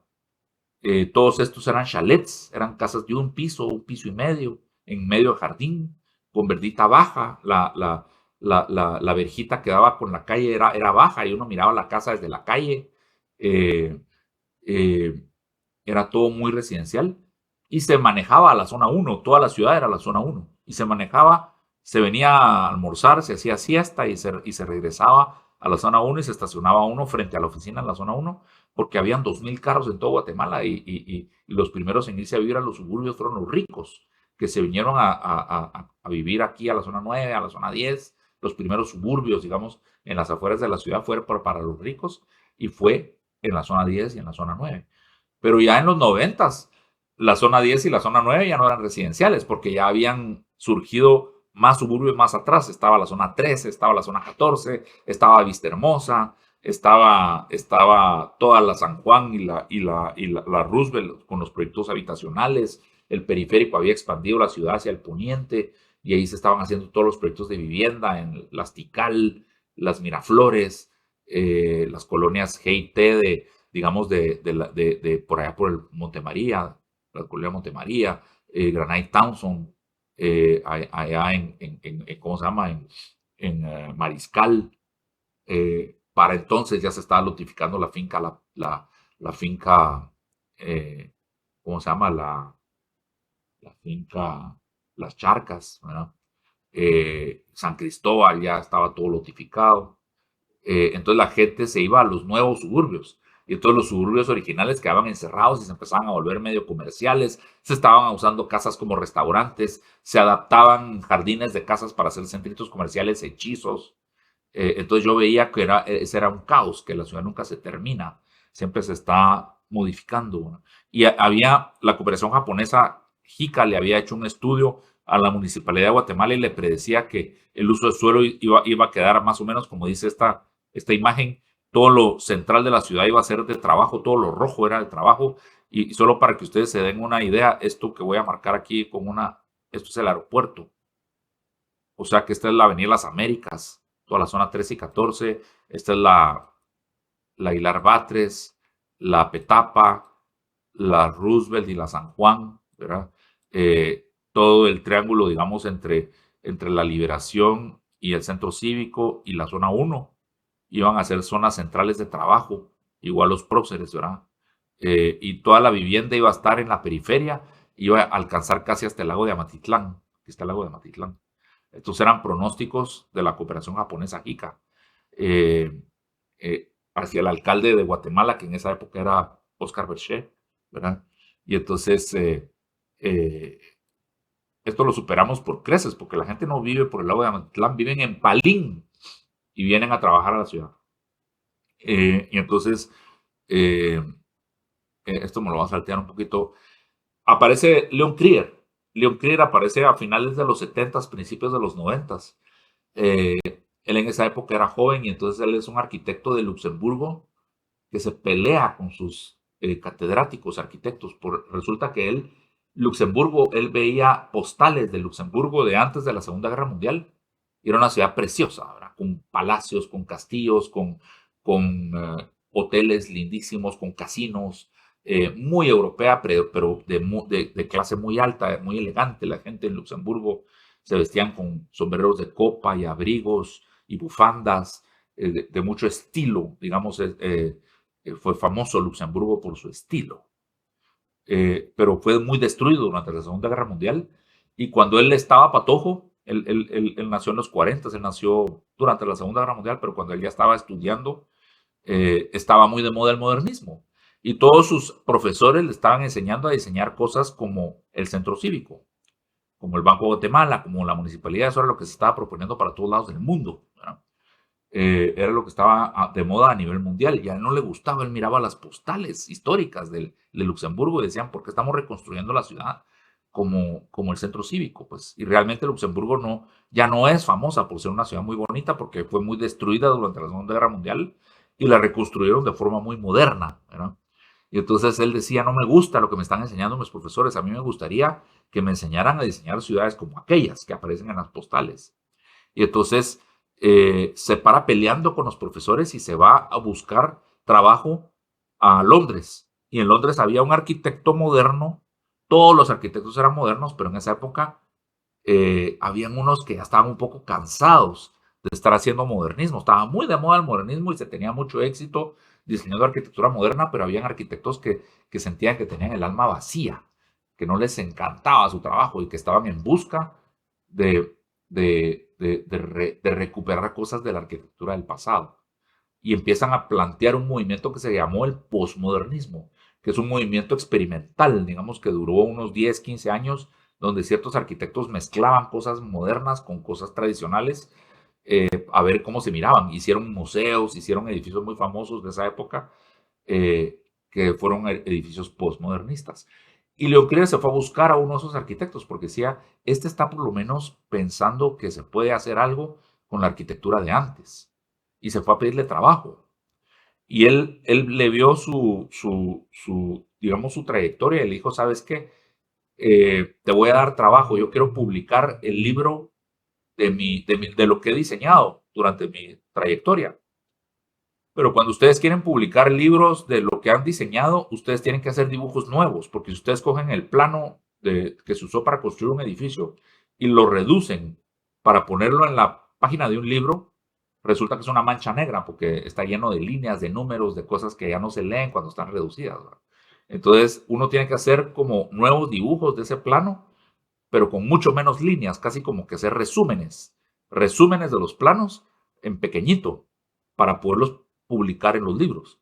Entonces le enseñó a Krier a dibujar para publicar y le enseñó a publicar, porque luego el que se iba con los editores y las imprentas y a encuadrar bien el libro para que fuera quedando bonito página por página, era Krier. Él se encargó de todo, ¿verdad? Entonces él aprendió a publicar. Y entonces al aprender a publicar, empezó él a decir lo que pensaba él de las ciudades y empezó a hacerlo de una forma muy ingeniosa a través de unos libros como de cómics, ¿verdad? En vez de escribir esos grandes ensayos literarios de cómo debo de hacer las ciudades del futuro, él más bien se puso a hacer cómics y empezó a publicar como unas sátiras, unas burlas, digamos, a la ciudad moderna. Entonces dicen cómo estamos separando todas las partes de la ciudad y hacemos centros culturales, centros comerciales, proyectos residenciales de casas, centros administrativos, parques industriales, y luego estamos midiendo cuánto intención de viaje, de origen y destino hay entre cada cosa, y eso determina el ancho de nuestras autopistas, ¿verdad?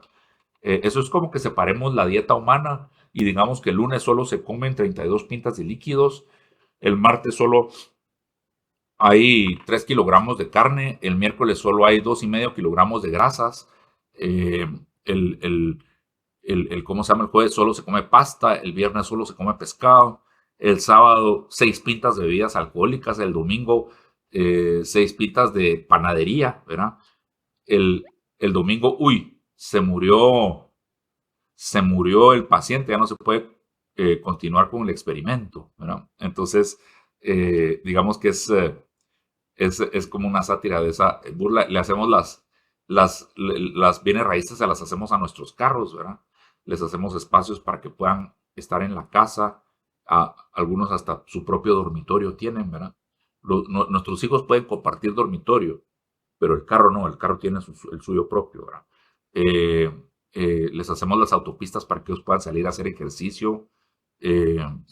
Les hacemos espacio para que sus propios cubículos de trabajo, para que nos acompañen a la oficina, ¿verdad? Cuando hacemos estos suburbios, estamos instalando unas baterías de cañones para sitiar la ciudad y la destruimos, ¿verdad? Como que si fueran los enemigos. Y entonces literalmente bombardeamos la zona 1 y hacemos parqueos de piedrín en la zona 1 y vamos eliminando la ciudad, nuestro centro histórico, a través de un bombardeo de automóviles desde los suburbios, ¿verdad? Y entonces, esto es Houston en los años 70. Aquí tengo dos comparaciones, ¿verdad? Houston en los años 70, el downtown de Houston, el centro histórico de Houston, digamos, en los años 70, para que ustedes miren en lo que se convirtió y piensen que se convirtió en esto, pero no por cosas que se hicieron en downtown Houston, sino por cómo se construyeron los suburbios, ¿verdad? Entonces, cómo se utilizó toda la tierra alrededor de Houston, determinó lo que sucedía adentro de Houston, ¿verdad? Y se convirtió en esto. Y esta foto es bien dramática porque aquí todavía queda una cuadra, digamos, si hacemos esta cuadra, todavía completa, como una muestra de lo que ha de haber sido todo Houston, ¿verdad? Y entonces ustedes ahí miran todos los productos de bienes raíces, juntos, en una misma manzana, ¿verdad? Aquí hay una iglesia, aquí hay un edificio de oficinas, aquí ustedes tienen dos manor houses, este es un manor house y este es otro.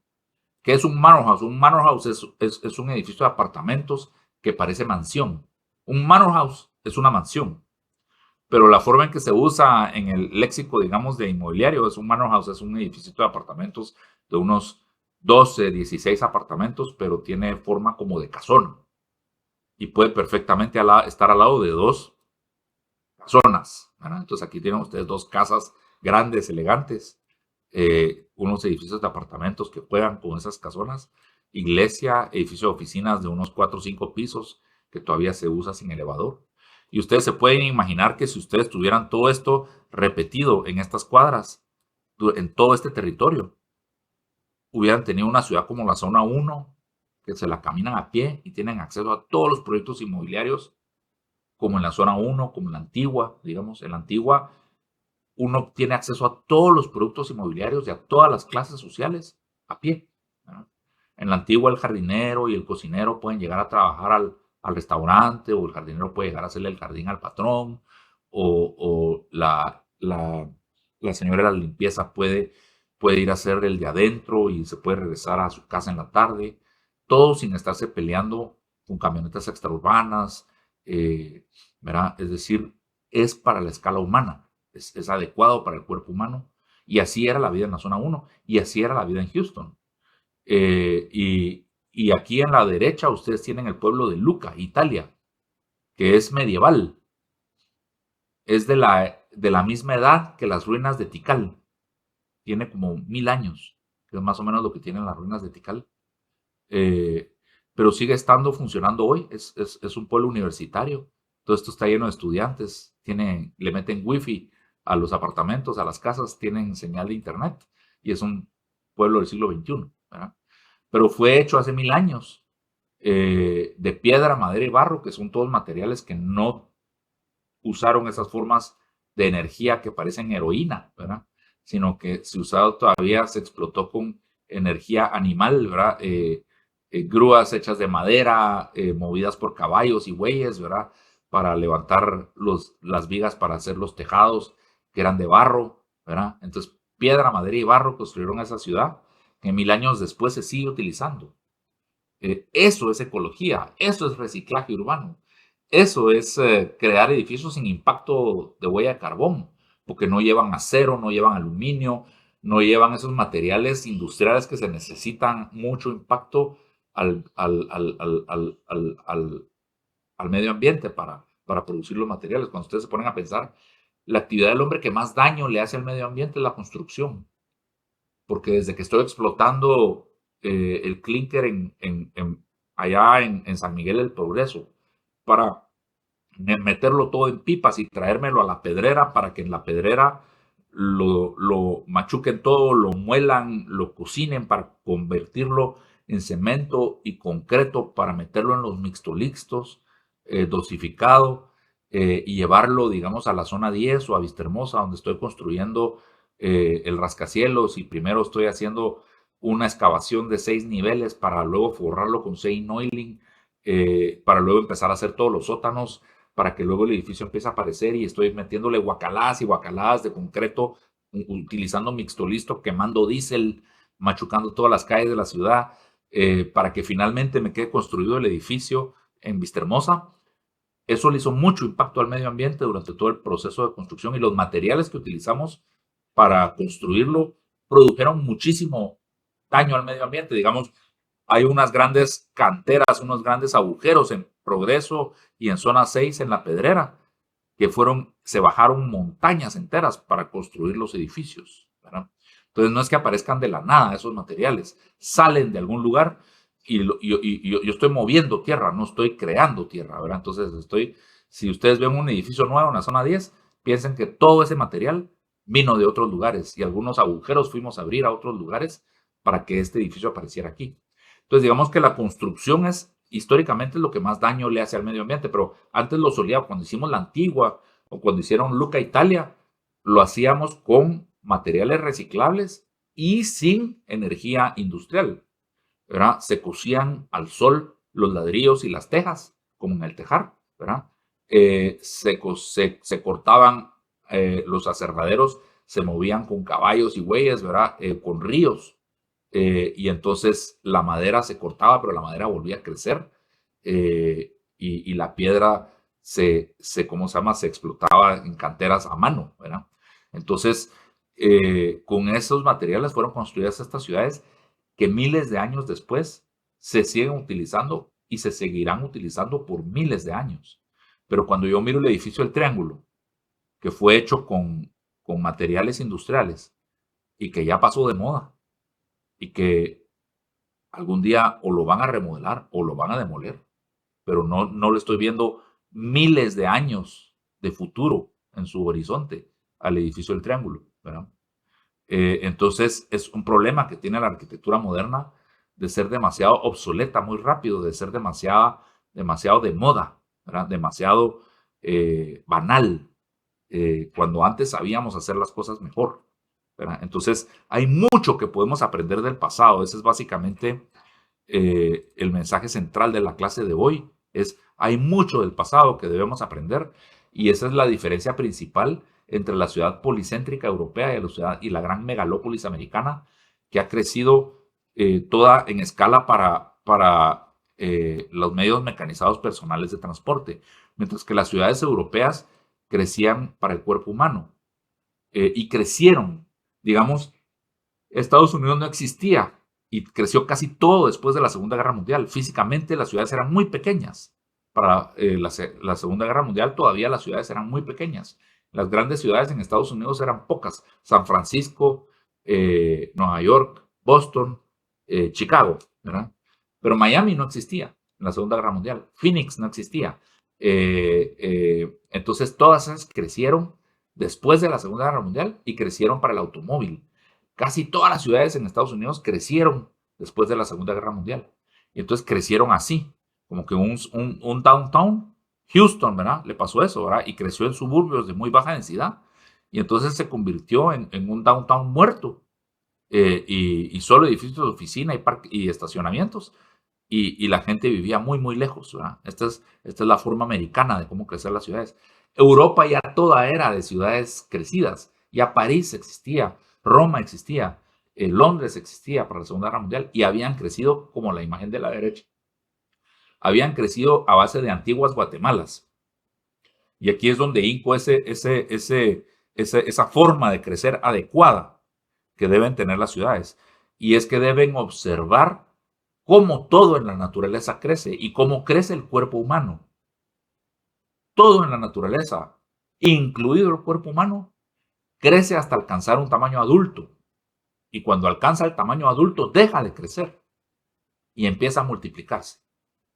Eso es lo que hace una célula, eso es lo que hace una hoja de un trébol, eso es lo que hace un elefante, eso es lo que hace una rosa, eso es lo que hace todo en la naturaleza. Todo alcanza su tamaño adulto y deja de crecer y empieza a multiplicarse. Pero cada multiplicación, cada copia, digamos, que no es una copia idéntica, pero tiene los mismos componentes que el original. Es decir, cada uno de nuestros hijos también viene con 2 brazos, con 2 ojos, con una boca, con 2 orejas, con 21 deditos, o sea, todo completo. Digamos, hay como un DNA de reproducción. No son copias idénticas a nosotros, son nuevos originales, pero son originales que vienen con las mismas componentes entonces, digamos, una ciudad llegaba hasta crecer y tener su tamaño adulto y dejaba de crecer.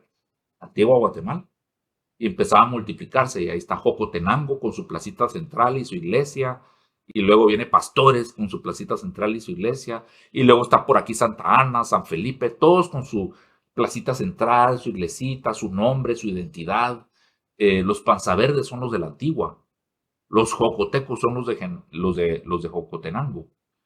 En Antigua, la gente de Jocotenango hace su vida en Jocotenango, y tal vez es un par de veces a la semana que van a la Antigua, porque tienen que ir a la SAT, o porque tienen que ir a sacar un contrato a Claro para un servicio de casa Claro, ¿verdad? Pero pueden vivir en Jocotenango. Y los de la Antigua viven en la Antigua, ¿verdad? Pero no se mueven, no se trasladan, digamos, de Palín a la zona 10 todos los días, ¿verdad? Digamos que cuando uno crece, las ciudades así siguen funcionando bastante bien, así. Y así es París, así es Roma. Es un montón de antiguas Guatemalas que se conurbaron. Y la parada de metro me deja, digamos que el metro me deja en la plaza central de la Antigua. La siguiente parada de metro es la plaza central de Jocotenango. La siguiente parada de metro es la plaza central de Pastores. Digamos que cuando me muevo en metro por París, yo puedo aparecer como que en cada barrio. Y cada parada de metro me está dejando en lo que es todo un barrio. Y en ese barrio hay colegio, hay oficinas, hay restaurantes, hay supermercados. Y varias generaciones han vivido y seguirán viviendo en ese barrio. No es como es en América, que Yo crecí en Tívoli, en la zona 9, pero cuando yo me iba a casar, mi aspiracional era irme a vivir a Carretera de El Salvador. Era donde se estaban yendo todos los de mi generación, ¿verdad? No era quedarme a vivir en Tívoli. Aquí donde crecí, donde vivieron mis papás, aquí quiero crecer yo también. Eso no existía en el imaginario cultural del mercado inmobiliario en los años 90, ¿verdad? En París sí, no pueden pagarlo, pero los hijos quisieran crecer en el mismo barrio donde ellos crecieron, ahí quisieran que crecieran sus hijos, pero los barrios se siguen reciclando, ¿verdad? El problema que están teniendo en esas ciudades europeas es que cada vez ya son más y más caros y es imposible comprarlos, ¿verdad? Pero digamos que idealmente si yo me pudiera quedar a crecer y vivir en la misma ciudad, en la misma zona en la que crecí, ¿verdad? Pero digamos que eso es básicamente la diferencia.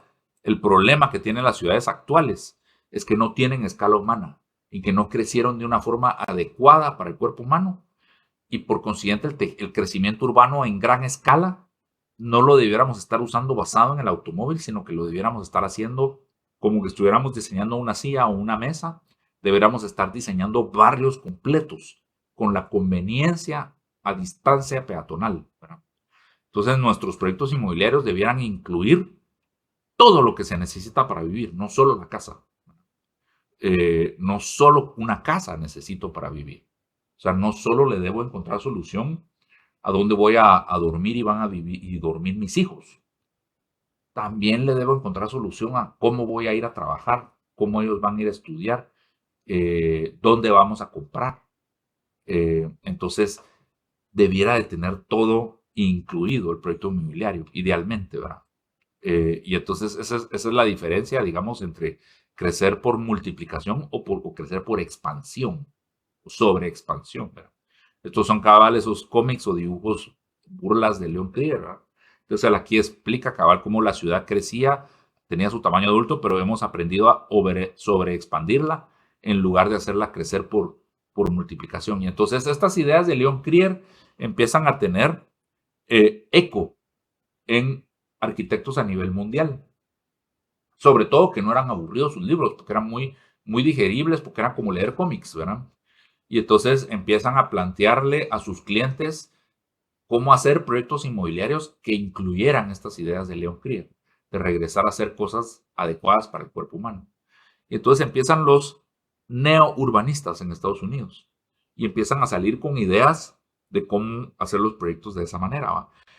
Y salen con este concepto que es el transecto urbano, que es como cómo hacer las ciudades como en capas, como que si fuera una cebolla, digamos. Y entonces, ¿cómo puedo decir? El corazón de la cebolla, en la parte de en medio de la cebolla es, si ustedes cortan una rodaja, digamos, de cebolla y ven los anillos. Entonces ustedes ven el corazón de la rodaja de cebolla, es el centro de la ciudad. Y cada anillo, según me voy yendo hacia las afueras, hacia las cáscaras, serían las diferentes capas donde puedo ir zonificando. Entonces ya no zonifico como lo proponía los códigos después de la Segunda Guerra Mundial, que digo todo aquello es industrial, todo aquello es residencial R1, todo aquello es residencial R2, todo aquello es para comercio. Ya no zonifico segregando los usos, sino que zonifico la intensidad de la ciudad, pero idealmente que se mezclen todos los usos. Y zonifico por capas que se pueden caminar de una a la otra. Y puedo llegar desde el cero, que es donde es la reserva natural, hasta el corazón de la cebolla, que es donde puedo hacer los edificios más densos y la ciudad más densa, pero puedo caminar. Entonces, digamos que esto puesto a una escala que nos podamos imaginar, hagan de caso que esta es la diagonal 6. Y entonces sobre la diagonal 6 puedo hacer los edificios más altos. Y este es el barranco de Oakland, que me separa de Vistahermosa. Y yo puedo irme metiendo a Oakland y entonces voy bajándole la intensidad a la ciudad cada cuadra que entro, ¿no? Lo interesante aquí es que la frontera, digamos, entre una zonificación y la otra realmente sucede a la mitad de la cuadra, ¿verdad? Entonces, digamos que los edificios que me dan a la diagonal 6 son más altos, pero los que están a espalda de ellos van a ser la calle T6, ¿verdad? Que van a ser unos, digamos, edificios de 5 pisos o 4 pisos. Entonces, la primera calle, según me alejo de la Diagonal 6 y me meto a Oakland, es una calle que a ambos lados tiene edificios de 4 pisos. Los que están a espaldas de estos ya son casas de 2 pisos. Entonces, la siguiente calle tiene casas de 2 pisos a ambos lados. Los que están detrás de estos ya son chalets separados, con jardín. Entonces, esta calle tiene chalets a ambos lados. Entonces, uno cambia de zona a espaldas de donde uno vive. No cambia de zona a mitad de la calle y tengo edificios grandes enfrente de mi casa y mi casa injustamente no puede ser igual de grande que los edificios que tengo enfrente. Eso no se hace, sino que se cambia de zona a mitad de la cuadra. Entonces, digamos, esto que ustedes ven acá es una forma de zonificar que inventaron los neurbanistas en Estados Unidos y es igual al POT de Guatemala, pero no es porque copiaron el POT, sino que el POT los copió a ellos, ¿verdad? Es basado en este concepto del transecto urbano de los urbanistas.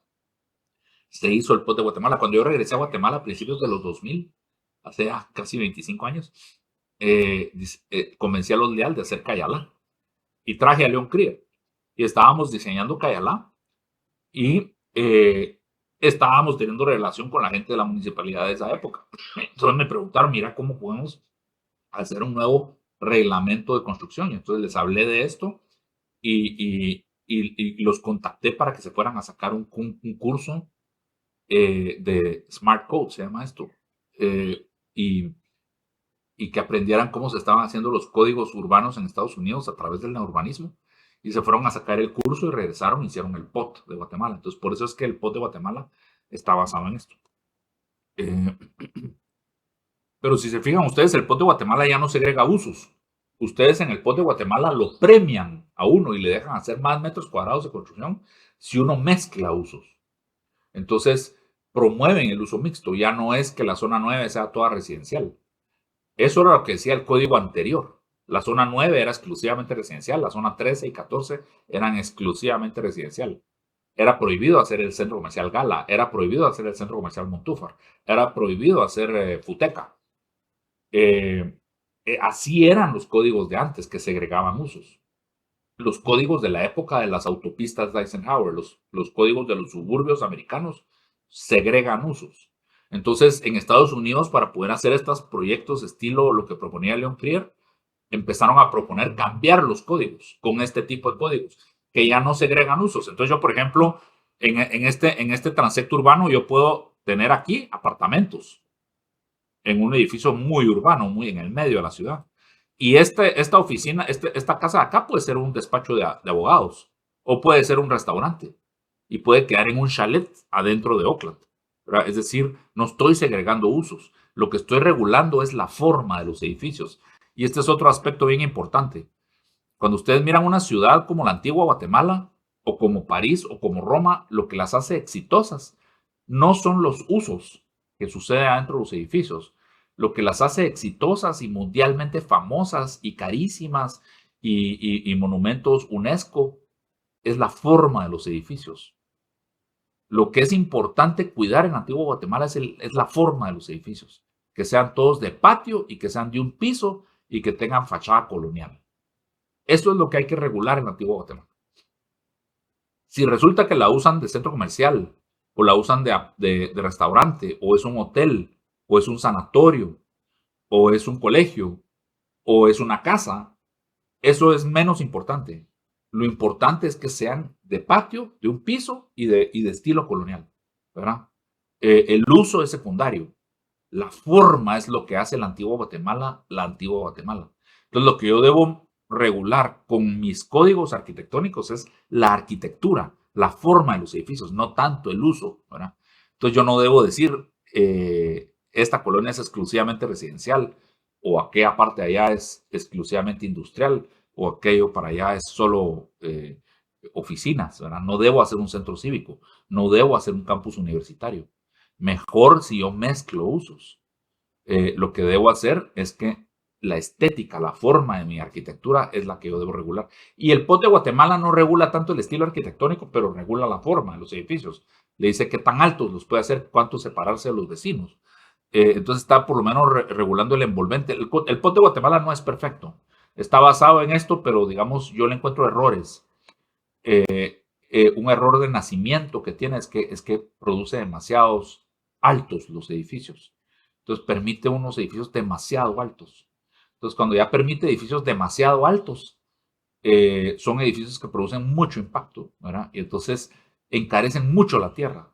Si yo hubiera dicho a principios de los 2000, este es el nuevo POT de Guatemala, y los edificios más altos de toda la ciudad deben ser de 5 o 6 niveles como son en París, la tierra no sería tan cara y probablemente ya habríamos ido llenando más la ciudad de edificios de 6 niveles y parecía más parecida a París y a Buenos Aires, digamos, que lo que es ahora.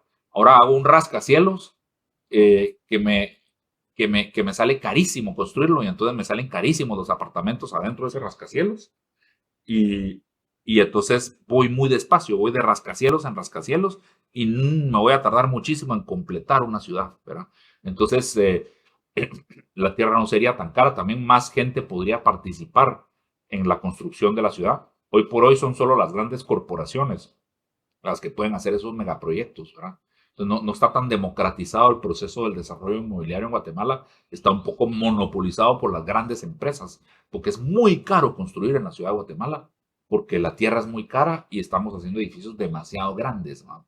Si yo pudiera hacer las cositas de 4 o 5 pisos como suceden en los pueblitos, más gente estaría haciendo la ciudad. Y ustedes lo ven, digamos, en el resto del interior del país, sí está más democratizada la construcción.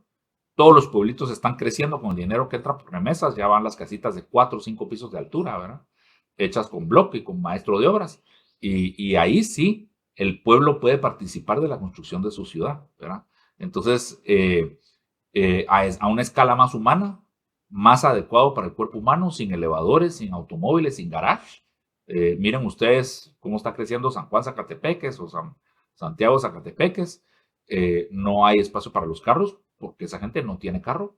Entra el dinero por las remesas y está expresando en forma física cómo la gente construía las ciudades antes de la época del automóvil. Literalmente, Santiago Atitlán es como creció Roma, es como creció París, es como creció, y miren lo que es hoy Roma, lo que es hoy París, ¿verdad? Entonces, digamos que no nos gusta verlo porque sí está, digamos, un poquito sucio, un poquito desordenado, pero los huesos, o sea, el tejido urbano del que están hechos estos pueblitos, que tal vez no se han hecho con muy buen gusto, digamos, con una arquitectura muy bonita porque copian mal la postal, digamos. Pero todo eso es reparable. Eso con el tiempo se puede ir, cuando, digamos, dentro de 150 años, yo les diría, esos pueblos que ahorita no muy nos gustan cómo están creciendo a través del dinero, las remesas, van a ser lugares con mucha personalidad, con mucha identidad arquitectónica, ¿verdad? Como es hoy ir a las islas griegas o como es hoy ir a los pueblos alrededor del Mediterráneo, ¿verdad? Que son espectaculares, pues. Entonces, digamos que ese es cabal. Las ciudades del futuro, digamos, que planteamos los neurbanistas, son más esto. Se parecen más a ciudades del pasado que a cualquier cosa de ciencia ficción que ustedes puedan ver en el Discovery Channel, ¿verdad? O en el National Geographic. Realmente nosotros estamos proponiendo regresar y recuperar mucha de esa sabiduría de cómo hacer ciudades como Roma, como París, y así estamos planteando las ciudades del futuro, ¿verdad? Entonces, hay grandes avenidas que comunican el corazón de las ciudades, como avenidas urbanas, como decir la avenida Reforma, la avenida de las Américas. No son autopistas, y no hay que meter autopistas en medio de la ciudad. Y cuando una autopista está metida en medio de la ciudad, hay que reconvertirla a un bulevar urbano estilo La Reforma. Entonces, por ejemplo, en Cayalá estaba el bulevar Landívar y el bulevar Austriaco, que estaban diseñados como autopistas estilo Carretera El Salvador. Y cuando hicimos el plan maestro, les dijimos tanto a la municipalidad como a los clientes, esto se debe ir convirtiendo con el tiempo en una avenida Reforma. Entonces debe tener sus carriles auxiliares y deben haber embajadas y hoteles aquí a ambos lados. No piensen en una autopista como la Roosevelt, digamos. La Roosevelt se debiera ir convirtiendo en una avenida Reforma. Entonces, ese es un poquito el argumento. Y las autopistas no deben meterse a la ciudad, deben pasar por afuera de las ciudades y deben ir en los parkways, y deben ser los famosos parkways, que existe el concepto, no existe una traducción al español de un parkway, ¿verdad? Pero literalmente la traducción literaria sería un camino por el parque, ¿verdad? Y entonces las autopistas debieran ir en lo verde. Un pedazo de autopista estilo parkway que yo les pueda hablar, digamos, en Guatemala, sería cuando ustedes están bajando de Santa Lucía, Milpas Altas, hacia la Antigua. Está la bajada de Milpas Altas y luego van en esas curvas que van entre bosques muy lindos, como que van pasando por el Cabrejo y al lado de San Juan Gascón, y alcanzan a ver de repente el volcán de fuego haciendo erupción, que se les asoma así entre el cañón. Entonces, ese es un tramo de autopista muy agradable, digamos. Así debieran ser todas las autopistas. Aquí les estoy enseñando dos versiones. Uno es los Campos Elíseos en París, que es una de las avenidas más famosas del mundo, si no la avenida más famosa del mundo, con 5 carriles en cada dirección. Es uno de los ejes urbanos más transitados y de las avenidas más transitadas del mundo. Maneja como 125,000 vehículos diarios. La Roosevelt maneja como 125,000 vehículos diarios. La avenida Reforma maneja como 100,000 vehículos diarios. O sea, son avenidas de muy alta capacidad, pero no tienen que ser feas como una autopista. Digamos, lo que les quise decir es la avenida Reforma maneja menos automóviles que la Roosevelt, pero no muchos menos. Casi la misma cantidad. Y sí podríamos convertir la Roosevelt en una avenida Reforma y seguiría funcionando. Y en los Campos Elíseos no ven ustedes ningún paso a desnivel, no ven ninguna pasarela, ¿verdad? Existen semáforos con estas cebras para atravesar peatonalmente a la mitad de la cuadra, y son semáforos exclusivamente para los peatones. O sea, detienen a los autos para que el peatón pueda atravesar. No son para darle vía a otros autos, es para darle vía al peatón. Entonces, la sincronización de los semáforos hace que esté diseñado para manejarlo a 25 kilómetros por hora. No puedo manejar los Campos Elíseos más rápido de 25 kilómetros por hora, porque los semáforos, aunque si es a las 2 de la mañana está vacío, de todos modos los semáforos no me permiten acelerar, ¿verdad? Entonces, está diseñado para manejar a 25 kilómetros por hora, lo cual hace que los escapes de las motos no vayan zumbando, y eso permite que esto esté lleno de apartamentos y de hoteles caros y de restaurantes deliciosos, ¿verdad? La velocidad de manejo es diferente a la capacidad vial. Cuando yo tengo una autopista que está diseñada para manejar muy rápido, los carros tienen que ir muy separados uno de otro. Y entonces no me caben tantos carros en la autopista. Cuando están todos apretaditos porque van bumper a bumper, porque van despacio, caben más. Entonces, en una hora, yo cuántos carros me pasaron en esta autopista donde iban bien rápido. Y cuántos me pasaron en esta que iban todos juntitos a 25 kilómetros por hora. Y me pasaron los mismos. No es que una logró pasar más carros por hora que la otra. La capacidad vial es cuántos carros por hora pasan por un lugar. La velocidad de manejo es otro concepto. Entonces uno puede combinar velocidad de manejo con capacidad vial y puede lograr cosas de baja velocidad de manejo con alta capacidad vial. Entonces eso es lo que estamos diciendo cuando, digamos, convertamos ¿cómo se llama? La Roosevelt en una avenida Reforma. Es bajémosle la capacidad, la velocidad de diseño. Hagamos carriles un poco más angostos, que me quepan ciclovías, que me quepan mejores banquetas, que la gente tenga que manejar más despacio por la Roosevelt y sea más elegante. Al final se van a tardar lo mismo en llegar a su casa, ¿verdad? Entonces, eso es, digamos que el argumento aquí. Entonces, uno es usar formatos urbanos cuando estoy adentro de la ciudad. Y este es un parkway, este es el George Washington Parkway, que es un tramo de autopista que queda saliendo de Washington, D.C. hacia Gettysburg, al lado del Potomac. Y es monumento nacional. es una belleza de autopista. Hay lugares para hacer picnic.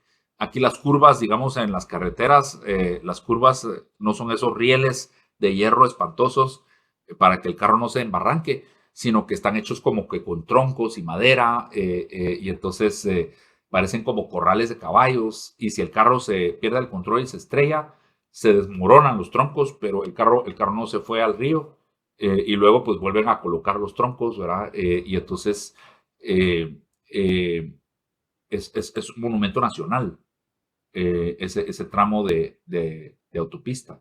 Entonces, eso es lo que llamo yo un parkway, ¿verdad? Y por eso puedo hablar, digamos, de ahí de San Juan Gascón y ese tramo de autopista bajando a la Antigua. Entonces, esos son básicamente estos conceptos. Entonces, las ciudades del futuro debieran estar hechas con transectos urbanos donde yo puedo distribuir los productos inmobiliarios a una escala que la puedo caminar desde la parte más densa de la ciudad hasta las afueras de la ciudad, y debo intercomunicarlas con avenidas y con parkways, ¿no? Y otra cosa muy importante es volver a mezclar los productos inmobiliarios institucionales con los privados. Digamos, lo que ustedes ven arriba es el centro cívico o las majadas, digamos. Lo que ven en medio es el condominio Las Luces, en Carretera El Salvador. Lo que ven abajo, la suma de ambas cosas, eso es la antigua Guatemala, eso es una verdadera ciudad. Lo que les decía hace un rato, ¿verdad? La Facultad de Medicina por un lado, la Facultad de Derecho por otro. Yo vivo adentro del campus universitario, yo vivo adentro del centro cívico, porque ahí me queda el Congreso, allá me queda el registro de la propiedad, allá está el registro mercantil. O sea, todas las instituciones me quedan a la mano, pues porque vivimos adentro del mismo centro cívico, vivimos adentro del campus universitario, vivimos adentro del centro comercial, vivimos adentro entonces los cines quedan en el Palacio de Cines de la esquina del Cine Lux, ¿verdad? Mientras que el food court queda ¿verdad? Entonces, imagínense que viviéramos adentro del Oakland Mall, o que desarmamos el Oakland Mall y lo colocamos adentro de nuestro condominio, ¿verdad? ¿En qué esquina ponemos los cines? ¿En qué esquina ponemos los hot dogs? Y nos queda igual que la Sexta Avenida Zona 1, ¿verdad? Entonces, ese es el concepto, ¿verdad? Cómo regresamos a través de proyectos inmobiliarios a volver a hacer este tipo de ciudades, que es donde realmente queremos vivir. Esto es lo que realmente el mercado quiere. El mercado no quiere vivir encerrado adentro de un condominio. Eso es lo que le hemos hecho pensar al mercado, y eso es lo que los mismos desarrolladores inmobiliarios piensan que hay que hacer, porque ya estamos todos envueltos en una falacia y juramos que el sol le está dando la vuelta a la tierra, pero eso está equivocado. Lo que la gente de verdad quiere es vivir en una ciudad como la Antigua, y quiere que se las construyamos, porque hay mucha demanda de ciudades así. Todo Villanueva lo hubiéramos hecho de ciudades tipo Antigua, de Cayalás, ¿verdad? Y todo lo que está creciendo alrededor de la Antigua no debiera seguir creciendo en forma de condominios de garita, porque la gente no quiere irse a encerrar a condominios de garita. Debiéramos de estar haciendo ciudades completas en cada finca vacía que está alrededor de la Antigua, debiéramos estar haciendo Cayalás, ¿verdad? Entonces, esa es básicamente la clase de hoy. Seguimos el jueves, ¿verdad? El jueves, Miriam. Así es, Arqui, el día jueves a las 7. Muy bien, perfecto. Gracias, Arqui. Muy bien, muchas gracias. Gracias. Voy a dejar